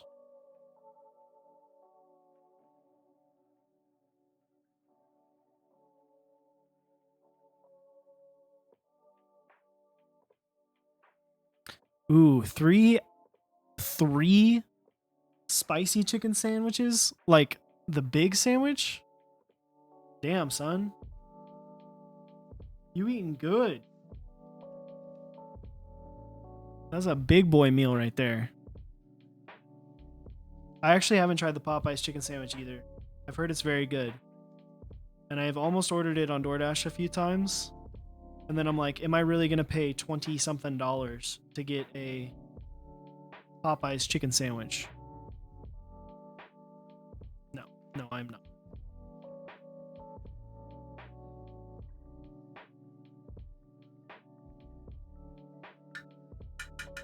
Yeah, I'm a fat boy. Nice.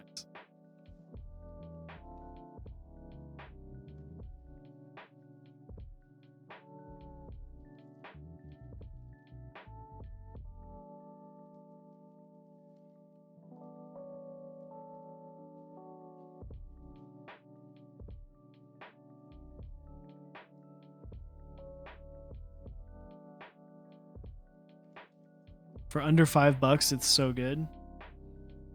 Is it really that cheap? I haven't been to a Popeyes in forever. It's been multiple years since I've been to a Popeyes. Mickey G, welcome. How you doing?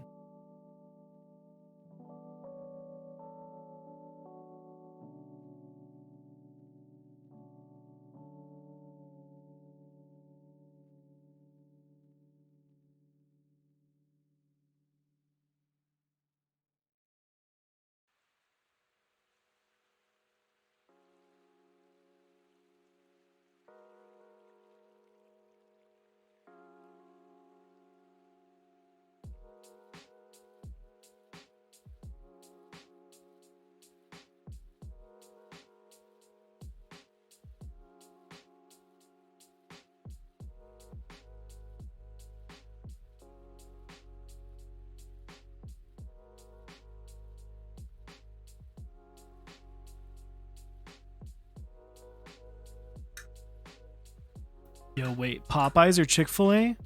Exo Squid. Hey. Thanks for stopping by. Appreciate it, man. I know you're on the other side of the world. You have a fantastic day.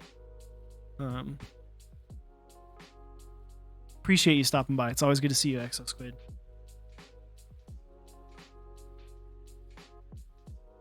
Popeyes or Chick-fil-A? I'm gonna go Chick-fil-A. That's because I'm a Southern boy. My family, my mom is from Georgia. If you don't know, Chick-fil-A is from Atlanta. So I grew up eating lots of Chick-fil-A. Not 100% in support of some of the things that their CEO does. But I can appreciate that it is a franchise business that provides a lot of opportunities for owners and employees. But it does suck that they're like the actual owner of Chick-fil-A itself kind of sucks as a human. That sucks. To not get overly political. And it's undeniable that Chick-fil-A has incredible service. Their service standards are kind of unmatched in the fast food genre.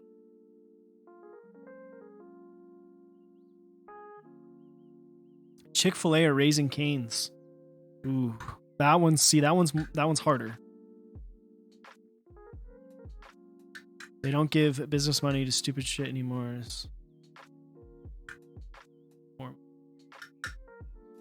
Yeah, but the thing is it's a franchise business, so it's not like he makes a lot of money from it still, but you're still supporting your local community in a sense by eating at Chick-fil-A, because it's a locally owned business. While it's not a small business in the same sense of like a family restaurant, it's still a locally owned and operated business.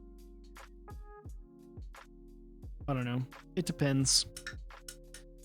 All right. Chick-fil-A or Raising Cane's? I feel like I have to go Cane's. Cane's is so good. And it's like harder to find. There's not Cane's everywhere, you know? Sure, that part is fine, but still a portion of me purchase. Yeah, I mean. But I feel like if you dug a hole and you did that and you looked at every company, you'd find someone that's bad.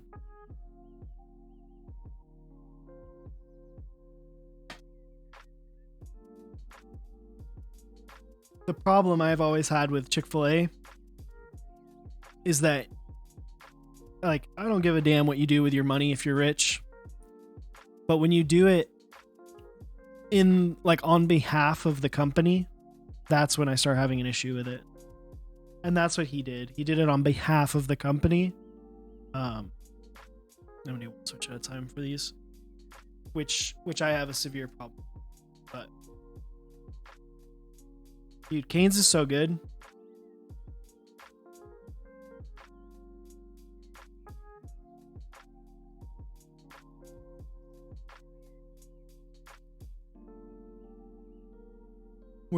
We have Cane's, and there's like a budget. It's not actually budget, but it's like the same thing as Cane's, but different name, called Lane's chicken, and they even have like the sauce and everything, like slightly different. It's like just slightly different.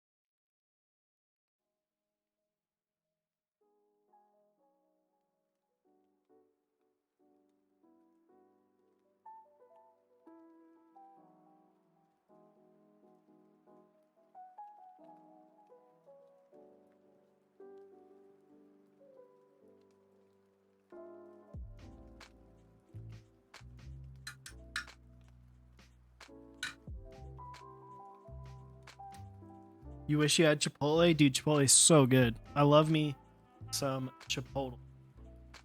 Why am I missing? I'm missing 2 switches.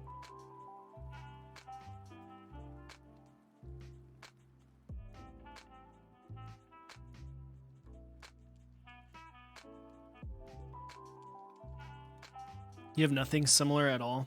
Yeah. See, this switch just wants to go.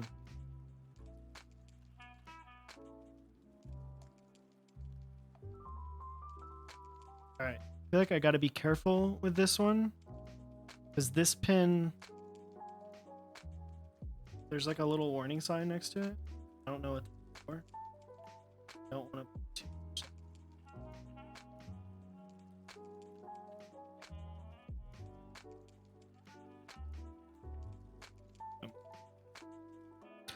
Mucho burrito. That sounds awful. I'm not gonna lie. Mucho burrito does not sound like a good choice. All right, one more.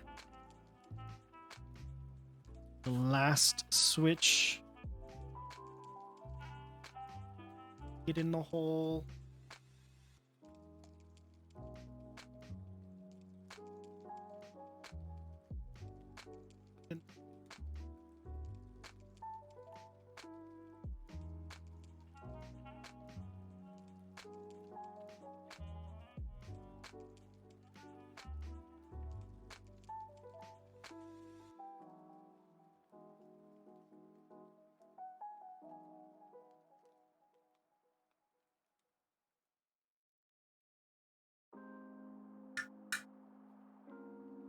Jollibee. We just actually had a Jollibee open up here in Dallas not too long ago, couple months back.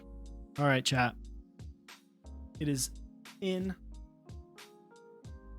me.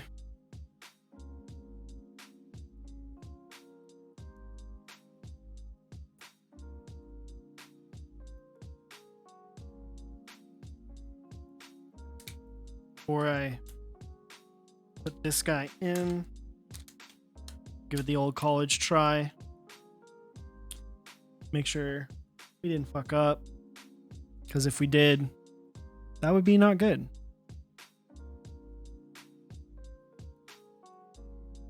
Also, if you don't have one of these to hold your solder, it's great. It's called the Weller SM1. It's literally just bent metal with a rod, but it's so useful. You know, rather than doing the whole like, oh, put my solder on the side and then unroll it, you know, it's just way better. All right. Dodo, how you doing, my dude? You having a fantastic Saturday?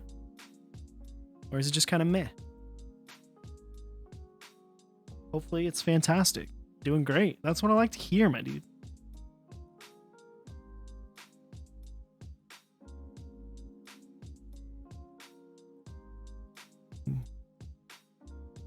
Just got back from a football game that was dumb. Oh, yeah?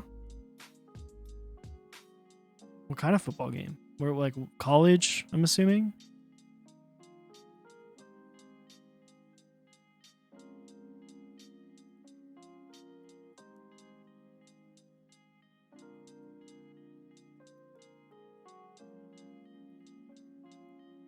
College Army versus South Georgia State.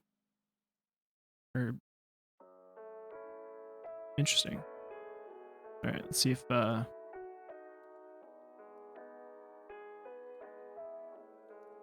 right, we got switch hitter. All right, now we're not working anymore. Oh, I don't have. It would help if I actually clicked on switch hitter. I'm sure that our backspace is going to be funky. Yeah, we got 1U. I didn't program everything before, but oh, this is pre-programmed as media controls. Helpful because those three are not split backspace and split right shift. Dude, you know it, dude. You know it. We go crazy here. Is there any reason why you use switch hitter and Navi? Just because of, I typically have used switch hitter.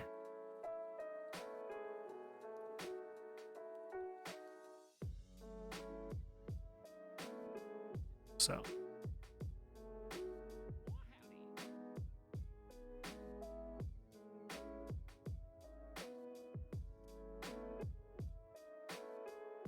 I know this board does actually support VIA, and they have the files already set up to do to the where you just have to flash it. You just basically have to flash the PCB and then it's VIA compatible.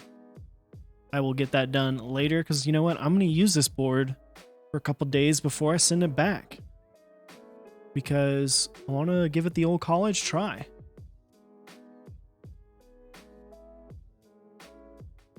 What do you map those keys to when you split backspace on a TKL? I map it the exact same way as I would on a 60.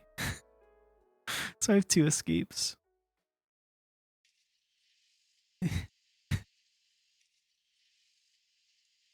I map it literally like it's a 60 and then it just has extra keys. It's one of those things I'd rather have consistency across the across my boards. It's why I'll always do, oh my gosh, I can't get this off.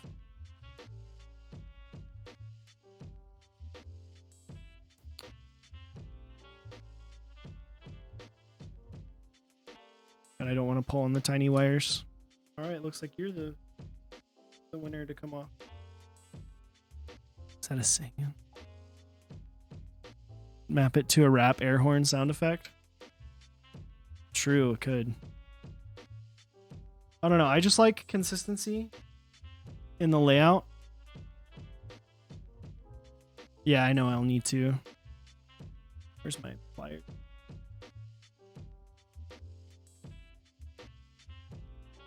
I just don't have fingernails and I don't want to.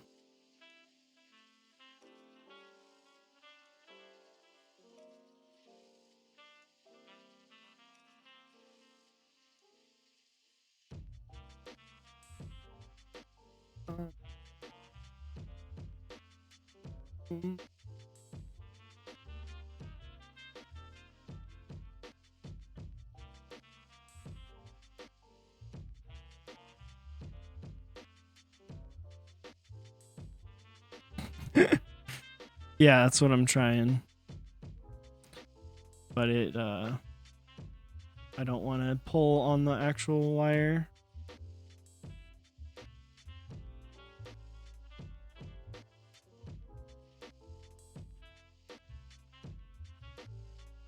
This is one of the things that's like nice about using the like super low profile ones. You forgot PCB foam. I purposely did not include the PCB foam. I did not want to utilize the PCB foam. That is an optional item and I am not into that. All right, I would say that I would do this in a second, but I need to do this right now. Dude, I cannot get the JST cable out. Am I big dumb? I may be big dumb.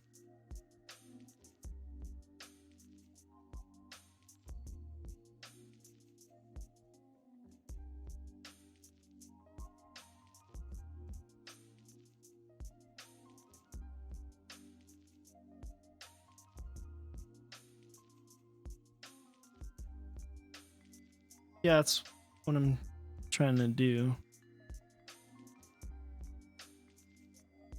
Listen. All right.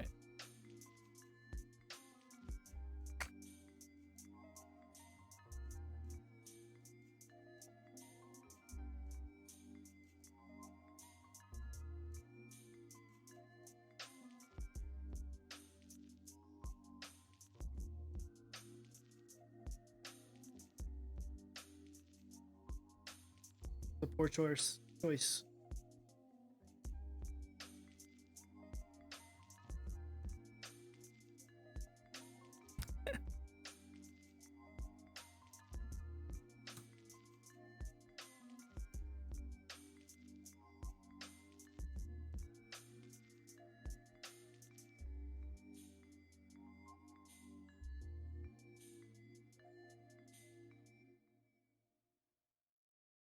I guess you could leave it and screw in the daughter board and plug that instead. I don't think there's enough room.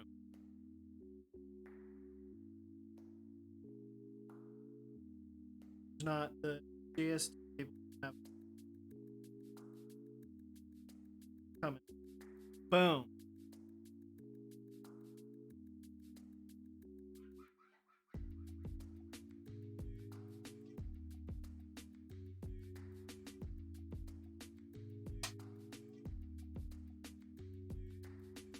It's one of those things because I'm like doing it on stream and like I don't want to put my head over the camera.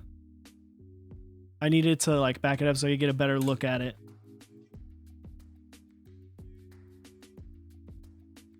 Because if I'm just like, I don't like doing that. I don't like doing that. All right. Now it's time.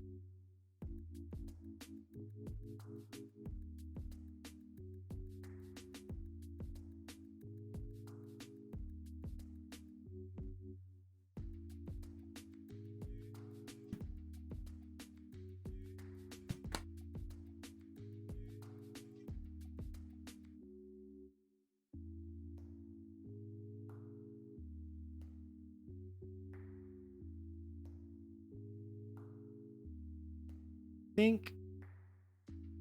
All right. Need to do the daughter board first. All right. So you go. That desk mat is amazing. Yeah, it is. It's great. It's super colorful. It's really nice. You can actually get it over at zapcables.com.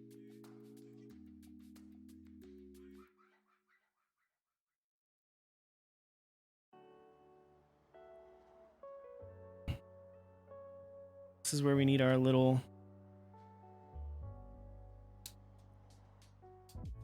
baby screws. Our baby screws. Bring back our friends.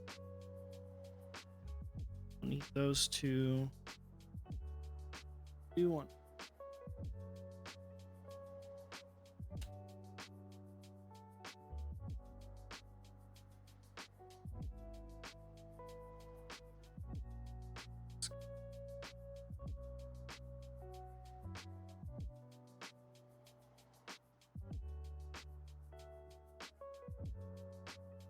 In fact, that guy.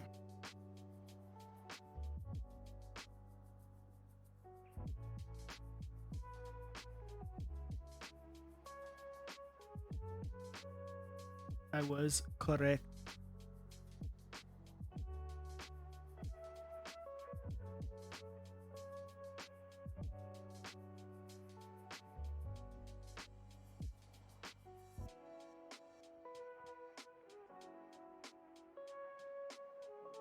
Exclamation point cutie.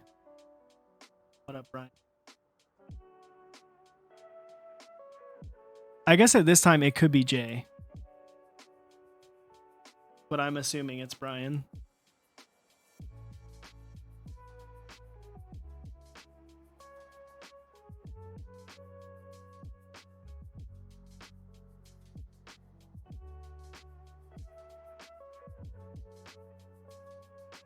I'll never be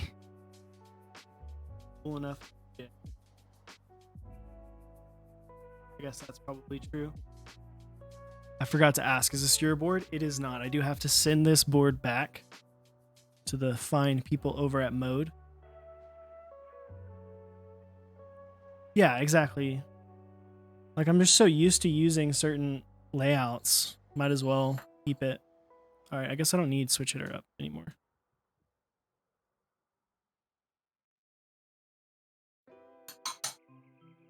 All right. Okay. In fact, I'm actually going to change the desk mat now that I'm going to be putting it together.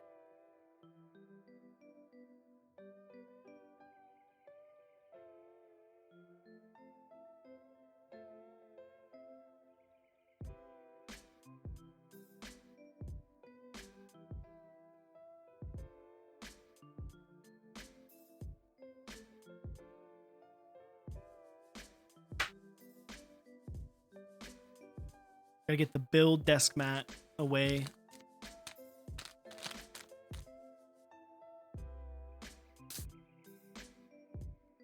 Get out the one that we use to keep stays clean. No flux on it.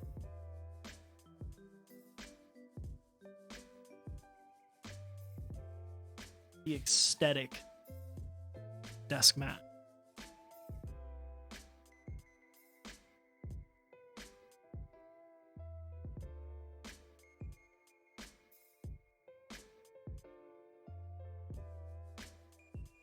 All right.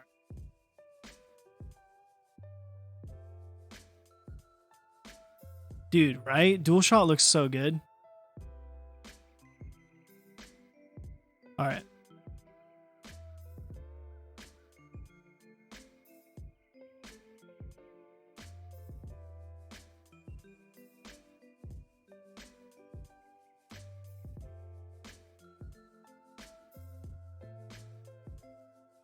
All right. So, the best way to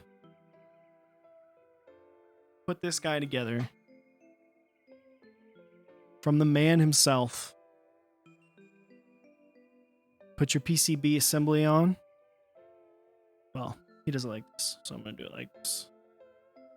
All right. Put your PCB assembly on.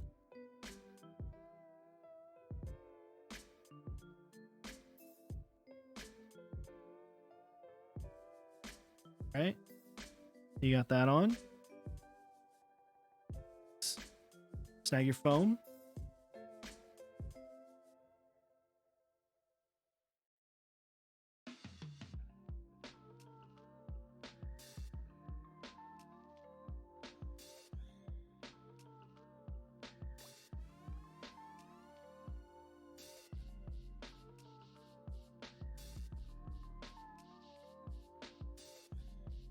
And then you get your bottom, your butt.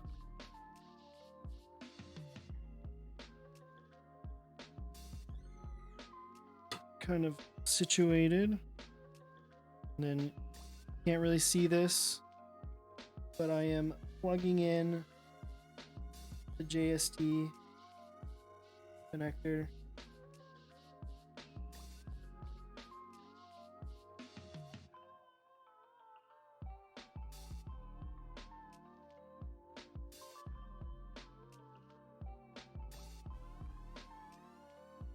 Boom.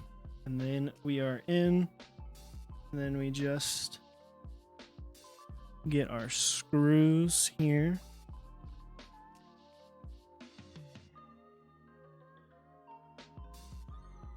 Wait, you said you were going to do the feet first, but you did it last? I did the feet already. The feet have been done, my guy.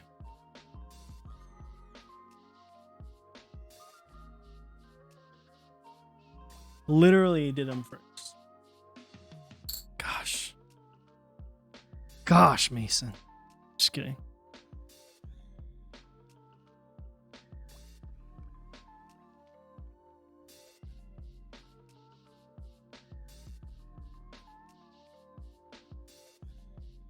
I would assume I'm supposed to go until it's flush. Yeah.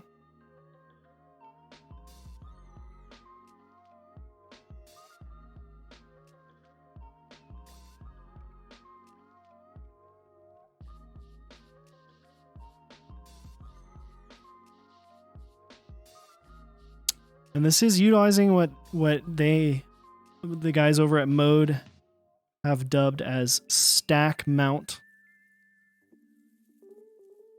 So it is just these 3 screws that's kind of holding everything together. It's definitely a very interesting design. Make sure we're set here. Right there. The fingerprints, yeah, I know. I can't really help it. My hands are clean. It's just their hands. They've got. Gonna put fingerprints on it. But we'll get them right off. Oh, okay. Oh. This is it's made out of aluminum. It's not like a brass.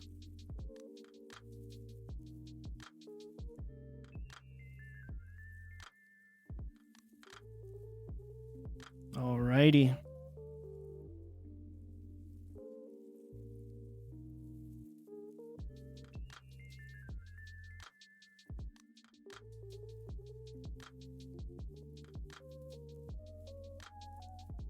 And now we're good.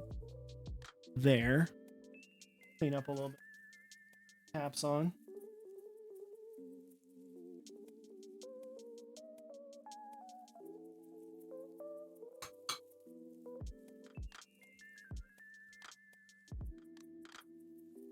All right. So what two keycaps are you mixing? Well, it's funny, Mason, because earlier you said you enjoyed Bingsu and Minimal. And that is exactly what we are doing today.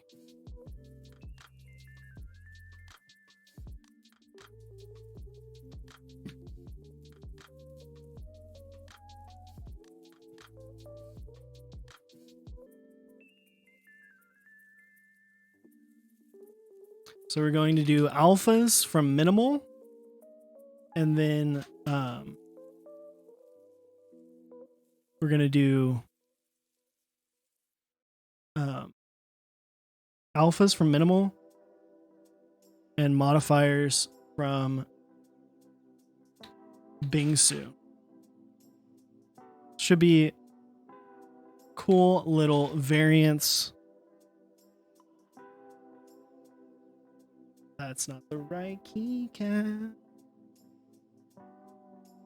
Wasn't even paying attention.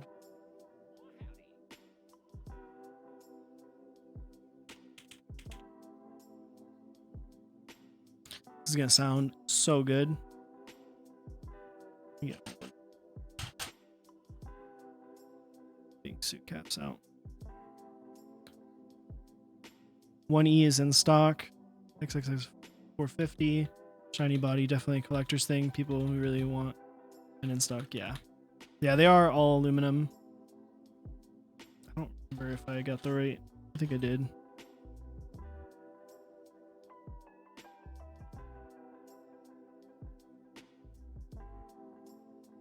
You did split everything and went with regular caps. What? Dude. Yeah, why not? Why are you hating? Quit hating. How dare you?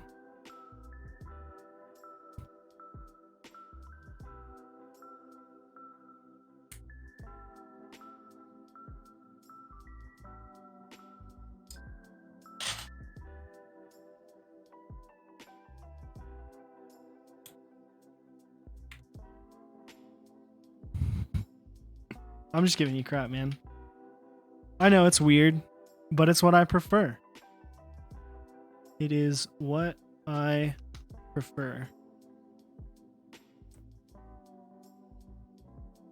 Try left to right fade of Bingsu into Minimal. That's what you have going on? Interesting. So like it's just a break in the middle?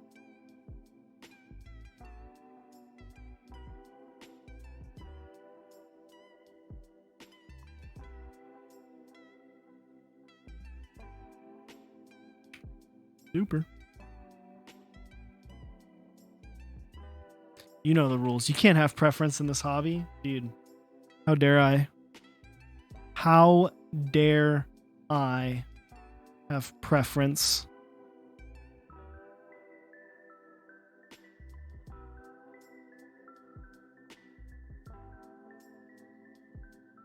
Right? Or am I wrong? A, S, D, F, G, H. And then U.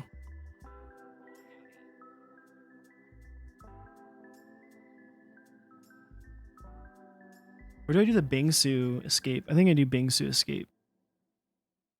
I think Bingsu Escape will look better. Marvin Gray, thank you for the follow. Appreciate it, my dude.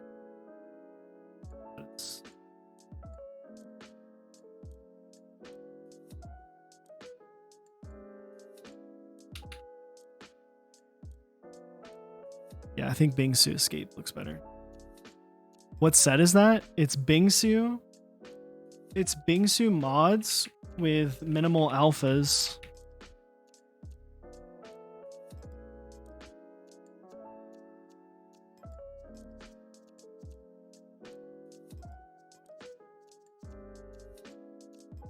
It's a little like kind of polarizing, huh? It makes the minimal look way brighter. Mad flex, I guess. I don't need that one.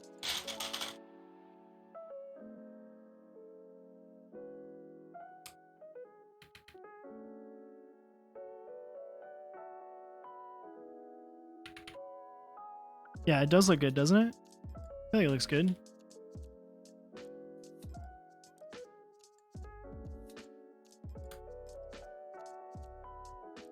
Sound pretty good.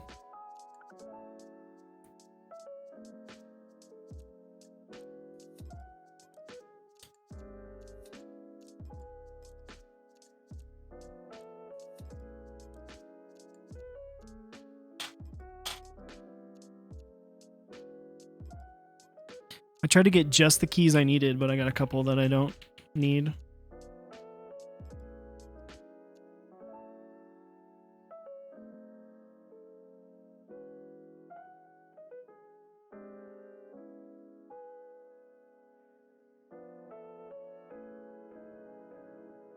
Ooh, that got weird in my ears for a second.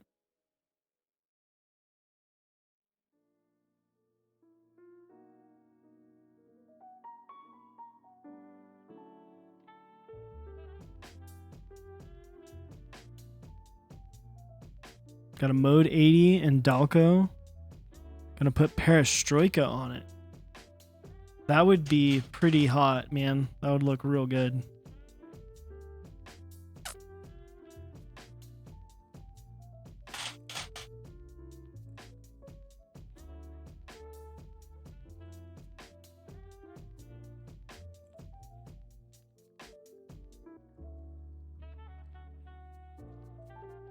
Super. What up? Stun guns. Dude, the Mode 80 is going well. We're almost done. We're at the final stretch here with this guy.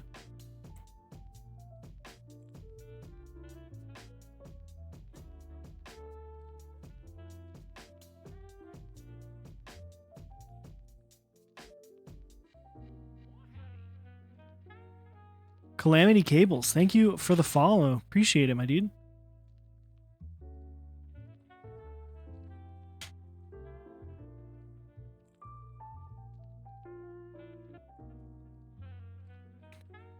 I need to figure out what key put on the other side. How much does it weigh? We'll weigh it here in a second.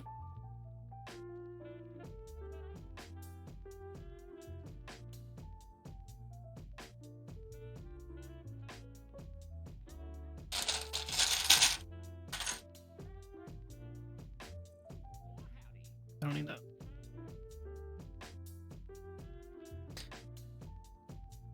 Eon? Eon? 303N. Thanks for the follow. Appreciate it. Bruh.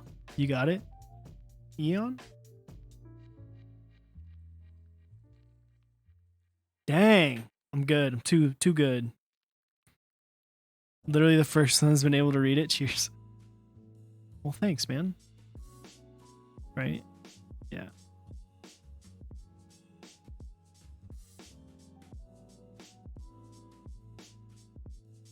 CB.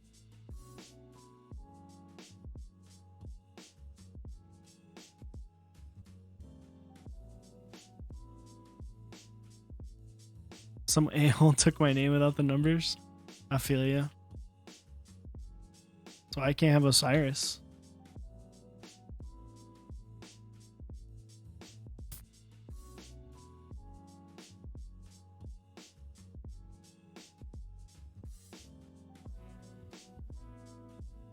This actually looks... How's the creams lubed like that? Good. You know, the only reason why I did that, I'm not even going to lie to you, chat, because I have a crap load of 3204, and I don't have a ton of 205 grade 0. And the difference, while noticeable, is not super, super huge. So that is why I went with, I did get an extra key. That setup of 3204 on the actual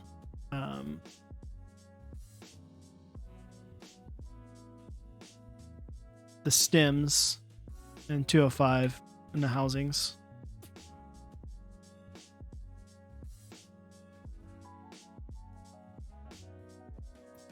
Where am I missing? Where is it? This one. It's this one. All right, this actually looks really good. It almost looks brown on the camera.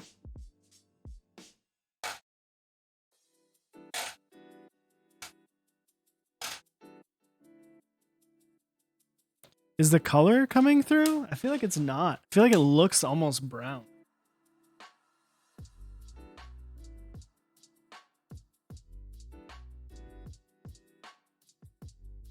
It's like a burgundy red, yeah. Try not to put a ton of fingerprints on the bottom.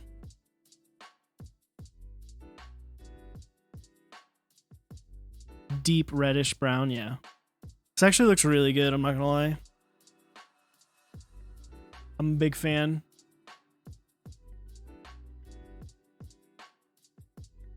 So this is GMK Minimal Alphas with Bingsu modifiers.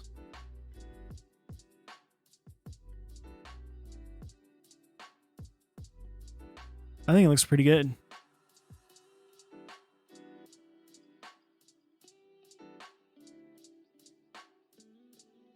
Does Mode 80 support 2.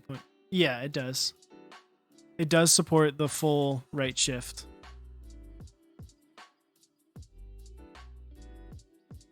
All right, let me get in here nice and close. Oh. Just trying to get it where it didn't have the top board in it. Can't. All right. It is, in fact, it is very cute. It is not a poly plate. It is the alu plate. Sounds pretty good.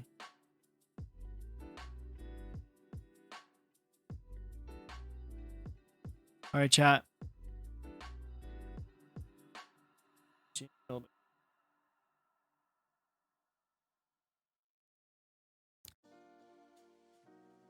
All right. Oh, I know everyone wants to hear how it sounds, so we're gonna grab some agua. Got the music paused.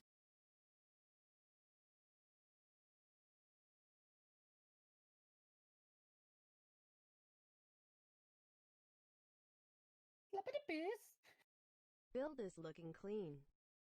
Thanks, Joe H. _ crafted cables. Appreciate it. Thanks for the 3 months, tier 1. Appreciate it. Also, time to hear it. Oh, also, I got to do my spiel. Okay. Listen, there's a lot of stuff on this microphone. What you hear is going to be a little bit heavily exaggerated as to what the actual sound is in real life. So kind of take this with a grain of salt. It's more for the auditory pleasure, not necessarily for the actual true one-to-one sound, if that makes sense. But we're going to do the sound test now.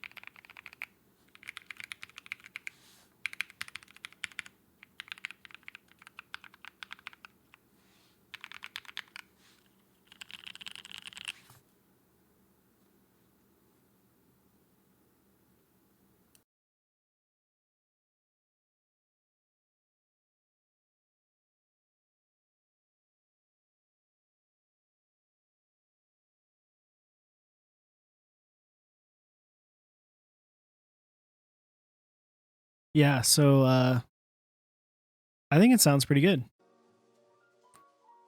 The creams are brand new. They are new creams that I lubed with 205 grade 0 on the base and 3204 bag lubed the stems.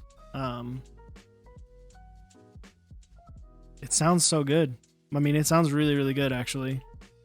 It feels really good, too. The creams obviously need a little bit of time to kind of break in, but it's like one of those things, like after a couple days of just working on them, they should be good. So, yeah. Sounds really, really good. Again, this is still in stock. You could literally go buy this right now if you wanted to. It is kind of expensive, but it's in stock. You know? Also, this combo, like Chewy said, this combo is so good. Minimal alphas with Bingsu modifiers. Dude, so sick. Not to mention, you got a fancy butt. I got more fingerprints on it, but look at how fancy that butt is, dude. It looks so good.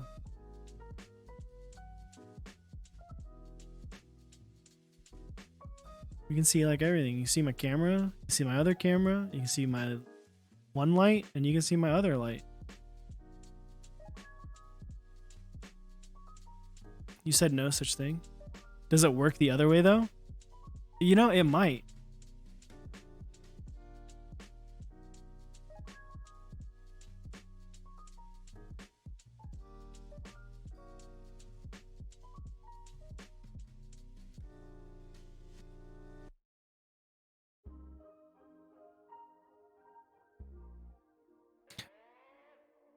All right, chat.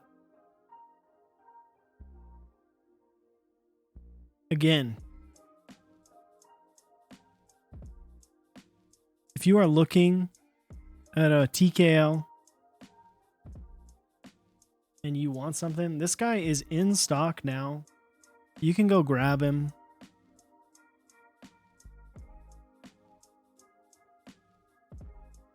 You can ask a question. Ask away, my guy. Ask away.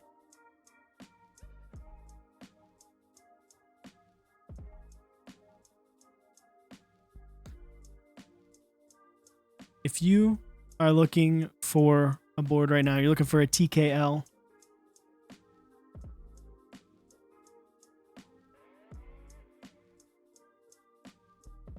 Pick yourself up one of these. At least consider it. Oh, that's build. I meant to do exclamation point mode. They are running the 80 this month. Should be shipping out in late January. If you want to get the first edition, that is still available as well. That is what this is. They have it in dark and light available. That is in stock. A little bit more money is $640, and it ships to you right now. Will I pick one up? I have to spend more time on it with it. Honestly, if this was instead of right mounted USB, if it was on the left side, I would definitely consider it. But without that, it's hard to have two. I just purchased a TKL. Excuse me, in the Iron 180. But maybe we'll see. I got 265s, so what's the harm in having two TKLs? So yeah, dude, come on, man. If you rebuild it, try the middle foam.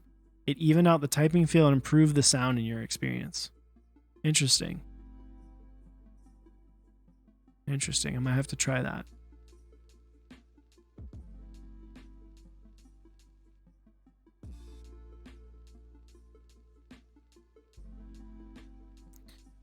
All right, let me see here.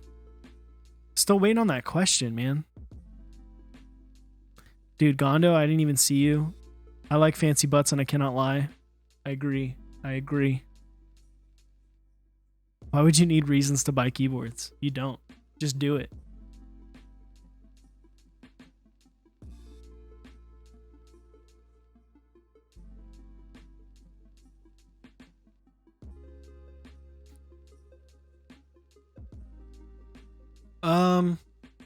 I honestly, I have like zero idea of budget market currently, like super budget. The most budget that I am familiar with, like I have experience with their products and knowing that it's a solid product, would be the stuff from like KBD fans and Novel Keys, and then maybe like the Kara from Rama. I've never used a GK64X. Gateron Silent Red switches will be fine. You know, they'll be good.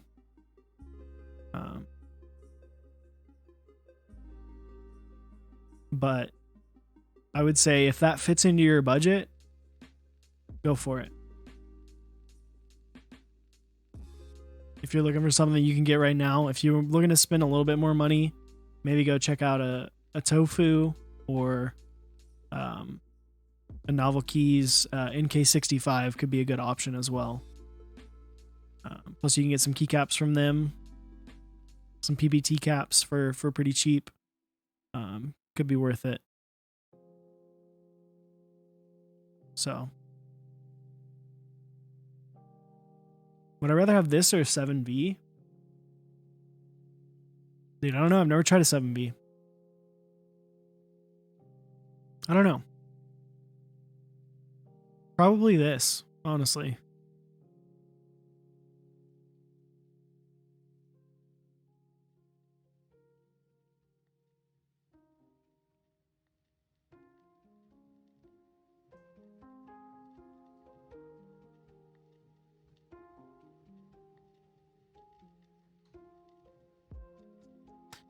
Yeah, so one of the big pluses of this board is that production time. You can get it real quick.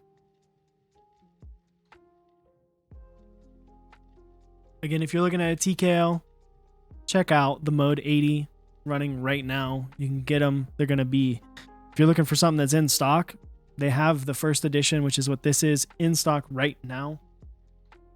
It is slightly stiff. You might be able to see there is a little bit of flex, but I mean, if I were to use the polycarb plate that they sent with this, it would be a little bit different. It would be a little bit more bouncy. But it's not going to be crazy. It's not going to have a ton of flex to it. They sell a palm plate as well. Dude, palm plate is where it's at. What made this unit B stock? I'm actually not sure. I'm not sure.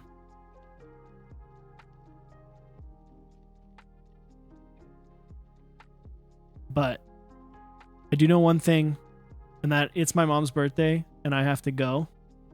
So I'm going to raid someone.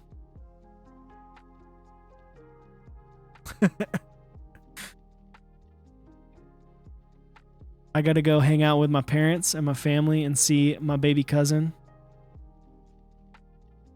Or not baby cousin, but my cousin and my baby nephew. So I am going to raid a man who was in the chat earlier. I keep doing that. Mr. Epsilon Keyboards.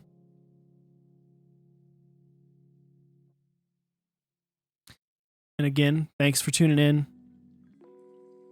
Y'all have a fantastic night. If you're looking for something in the community, check out our sponsors. SwitchMod, Dixie, Project Keyboard, and Canon Keys. They run fantastic stuff.